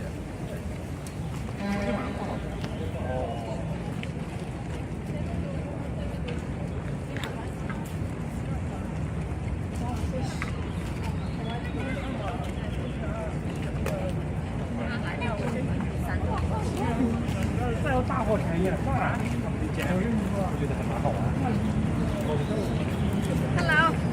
啊。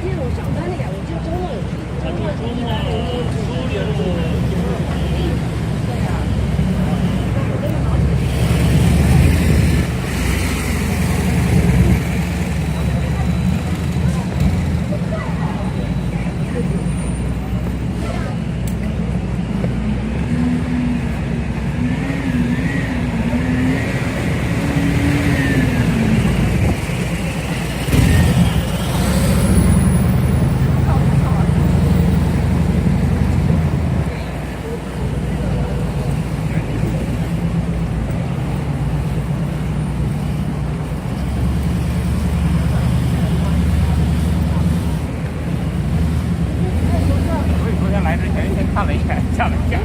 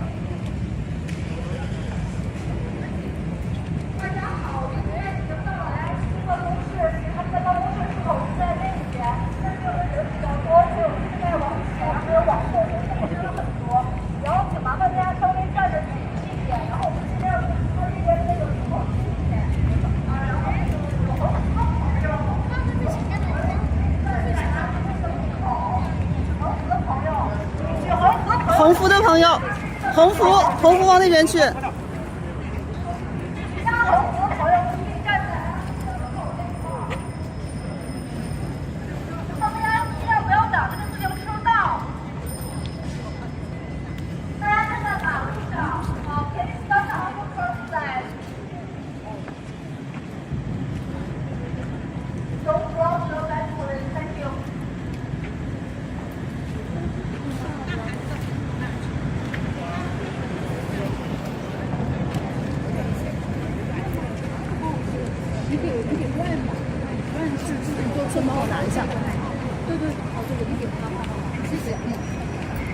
大家我觉得我们现在这样稍微有一点偏，然后就是队尾那边的朋友可以再往那边去一点。那边是 IRCC 的出口。那个往那边走，往那边走，往这边走，往走，往那边走。我的朋友现在就站在你们那个位置很好，其他人可以再往这边走一下，再往我旗子指的这边走一下。往这边走，往这边走。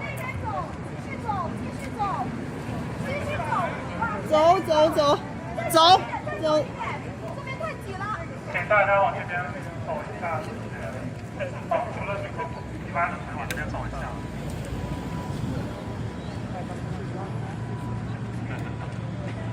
哎，继续往那边走，继续往那边走。请大家继续往那边是正门口。距横幅的点市中心。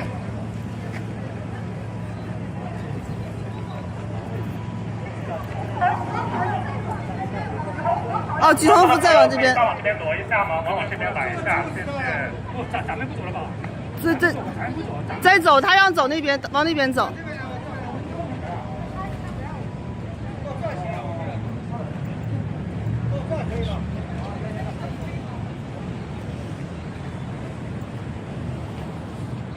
现在尽量不要站在这个自行车车道上，好不好？不要挡我们自行车的朋友。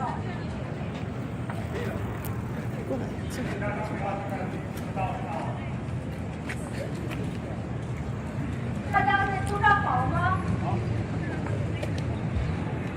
我们现在已经在 IRCC 的楼下了，等一下我们在这里喊几轮口号。We are already at IRCC's office here. It's actually just right behind you. So it's going to do a few rounds of chanting here. Are you ready? Yes. IRCC. Underplay. CBSA. Clear the play. IRCC. Underplay.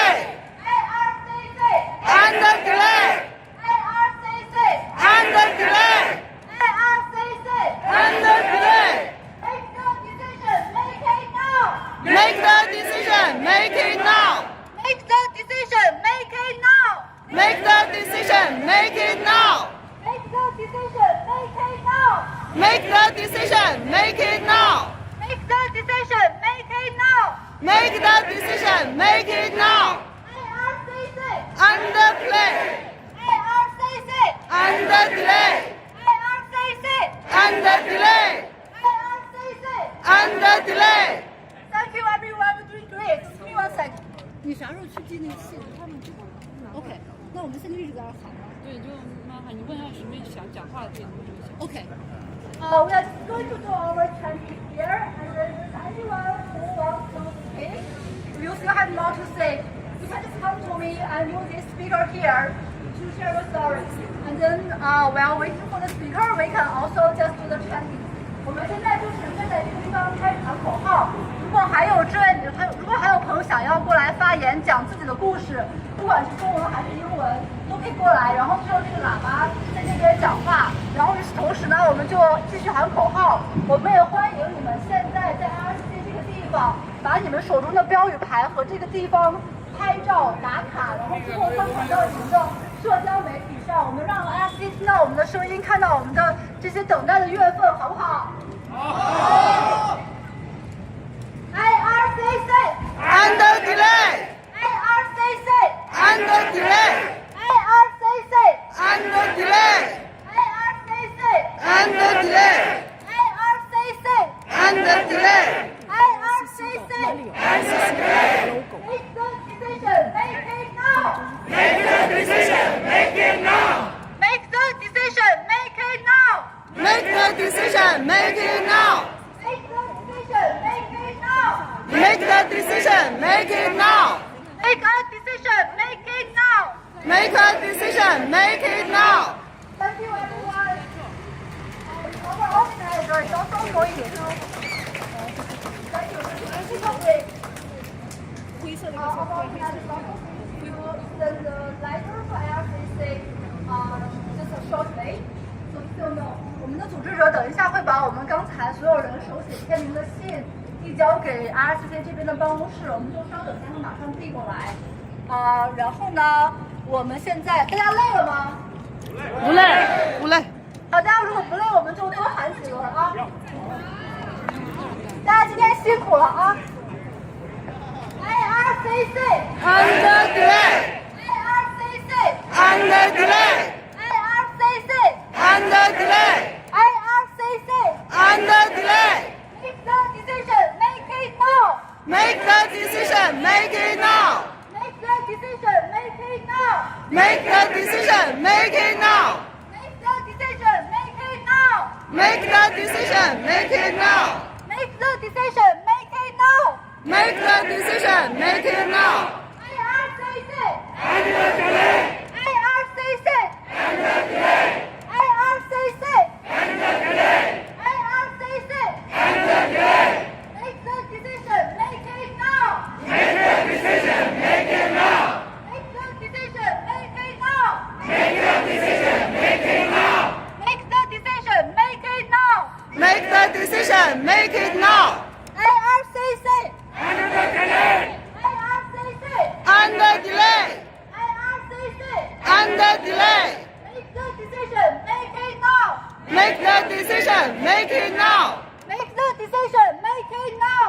Make the decision, make it now. Make the decision, make it now. Make the decision, make it now. IRCC Under delay. IRCC Under delay. IRCC Under delay. Make the decision, make it now. Make the decision, make it now. Make the decision, make it now. Make the decision, make it now.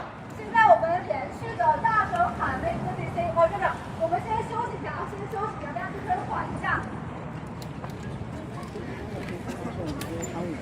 对对对，我是想说连续喊，对，因为是的，是的，是的，对我也是这么想，我就是准备先让大家休息一下。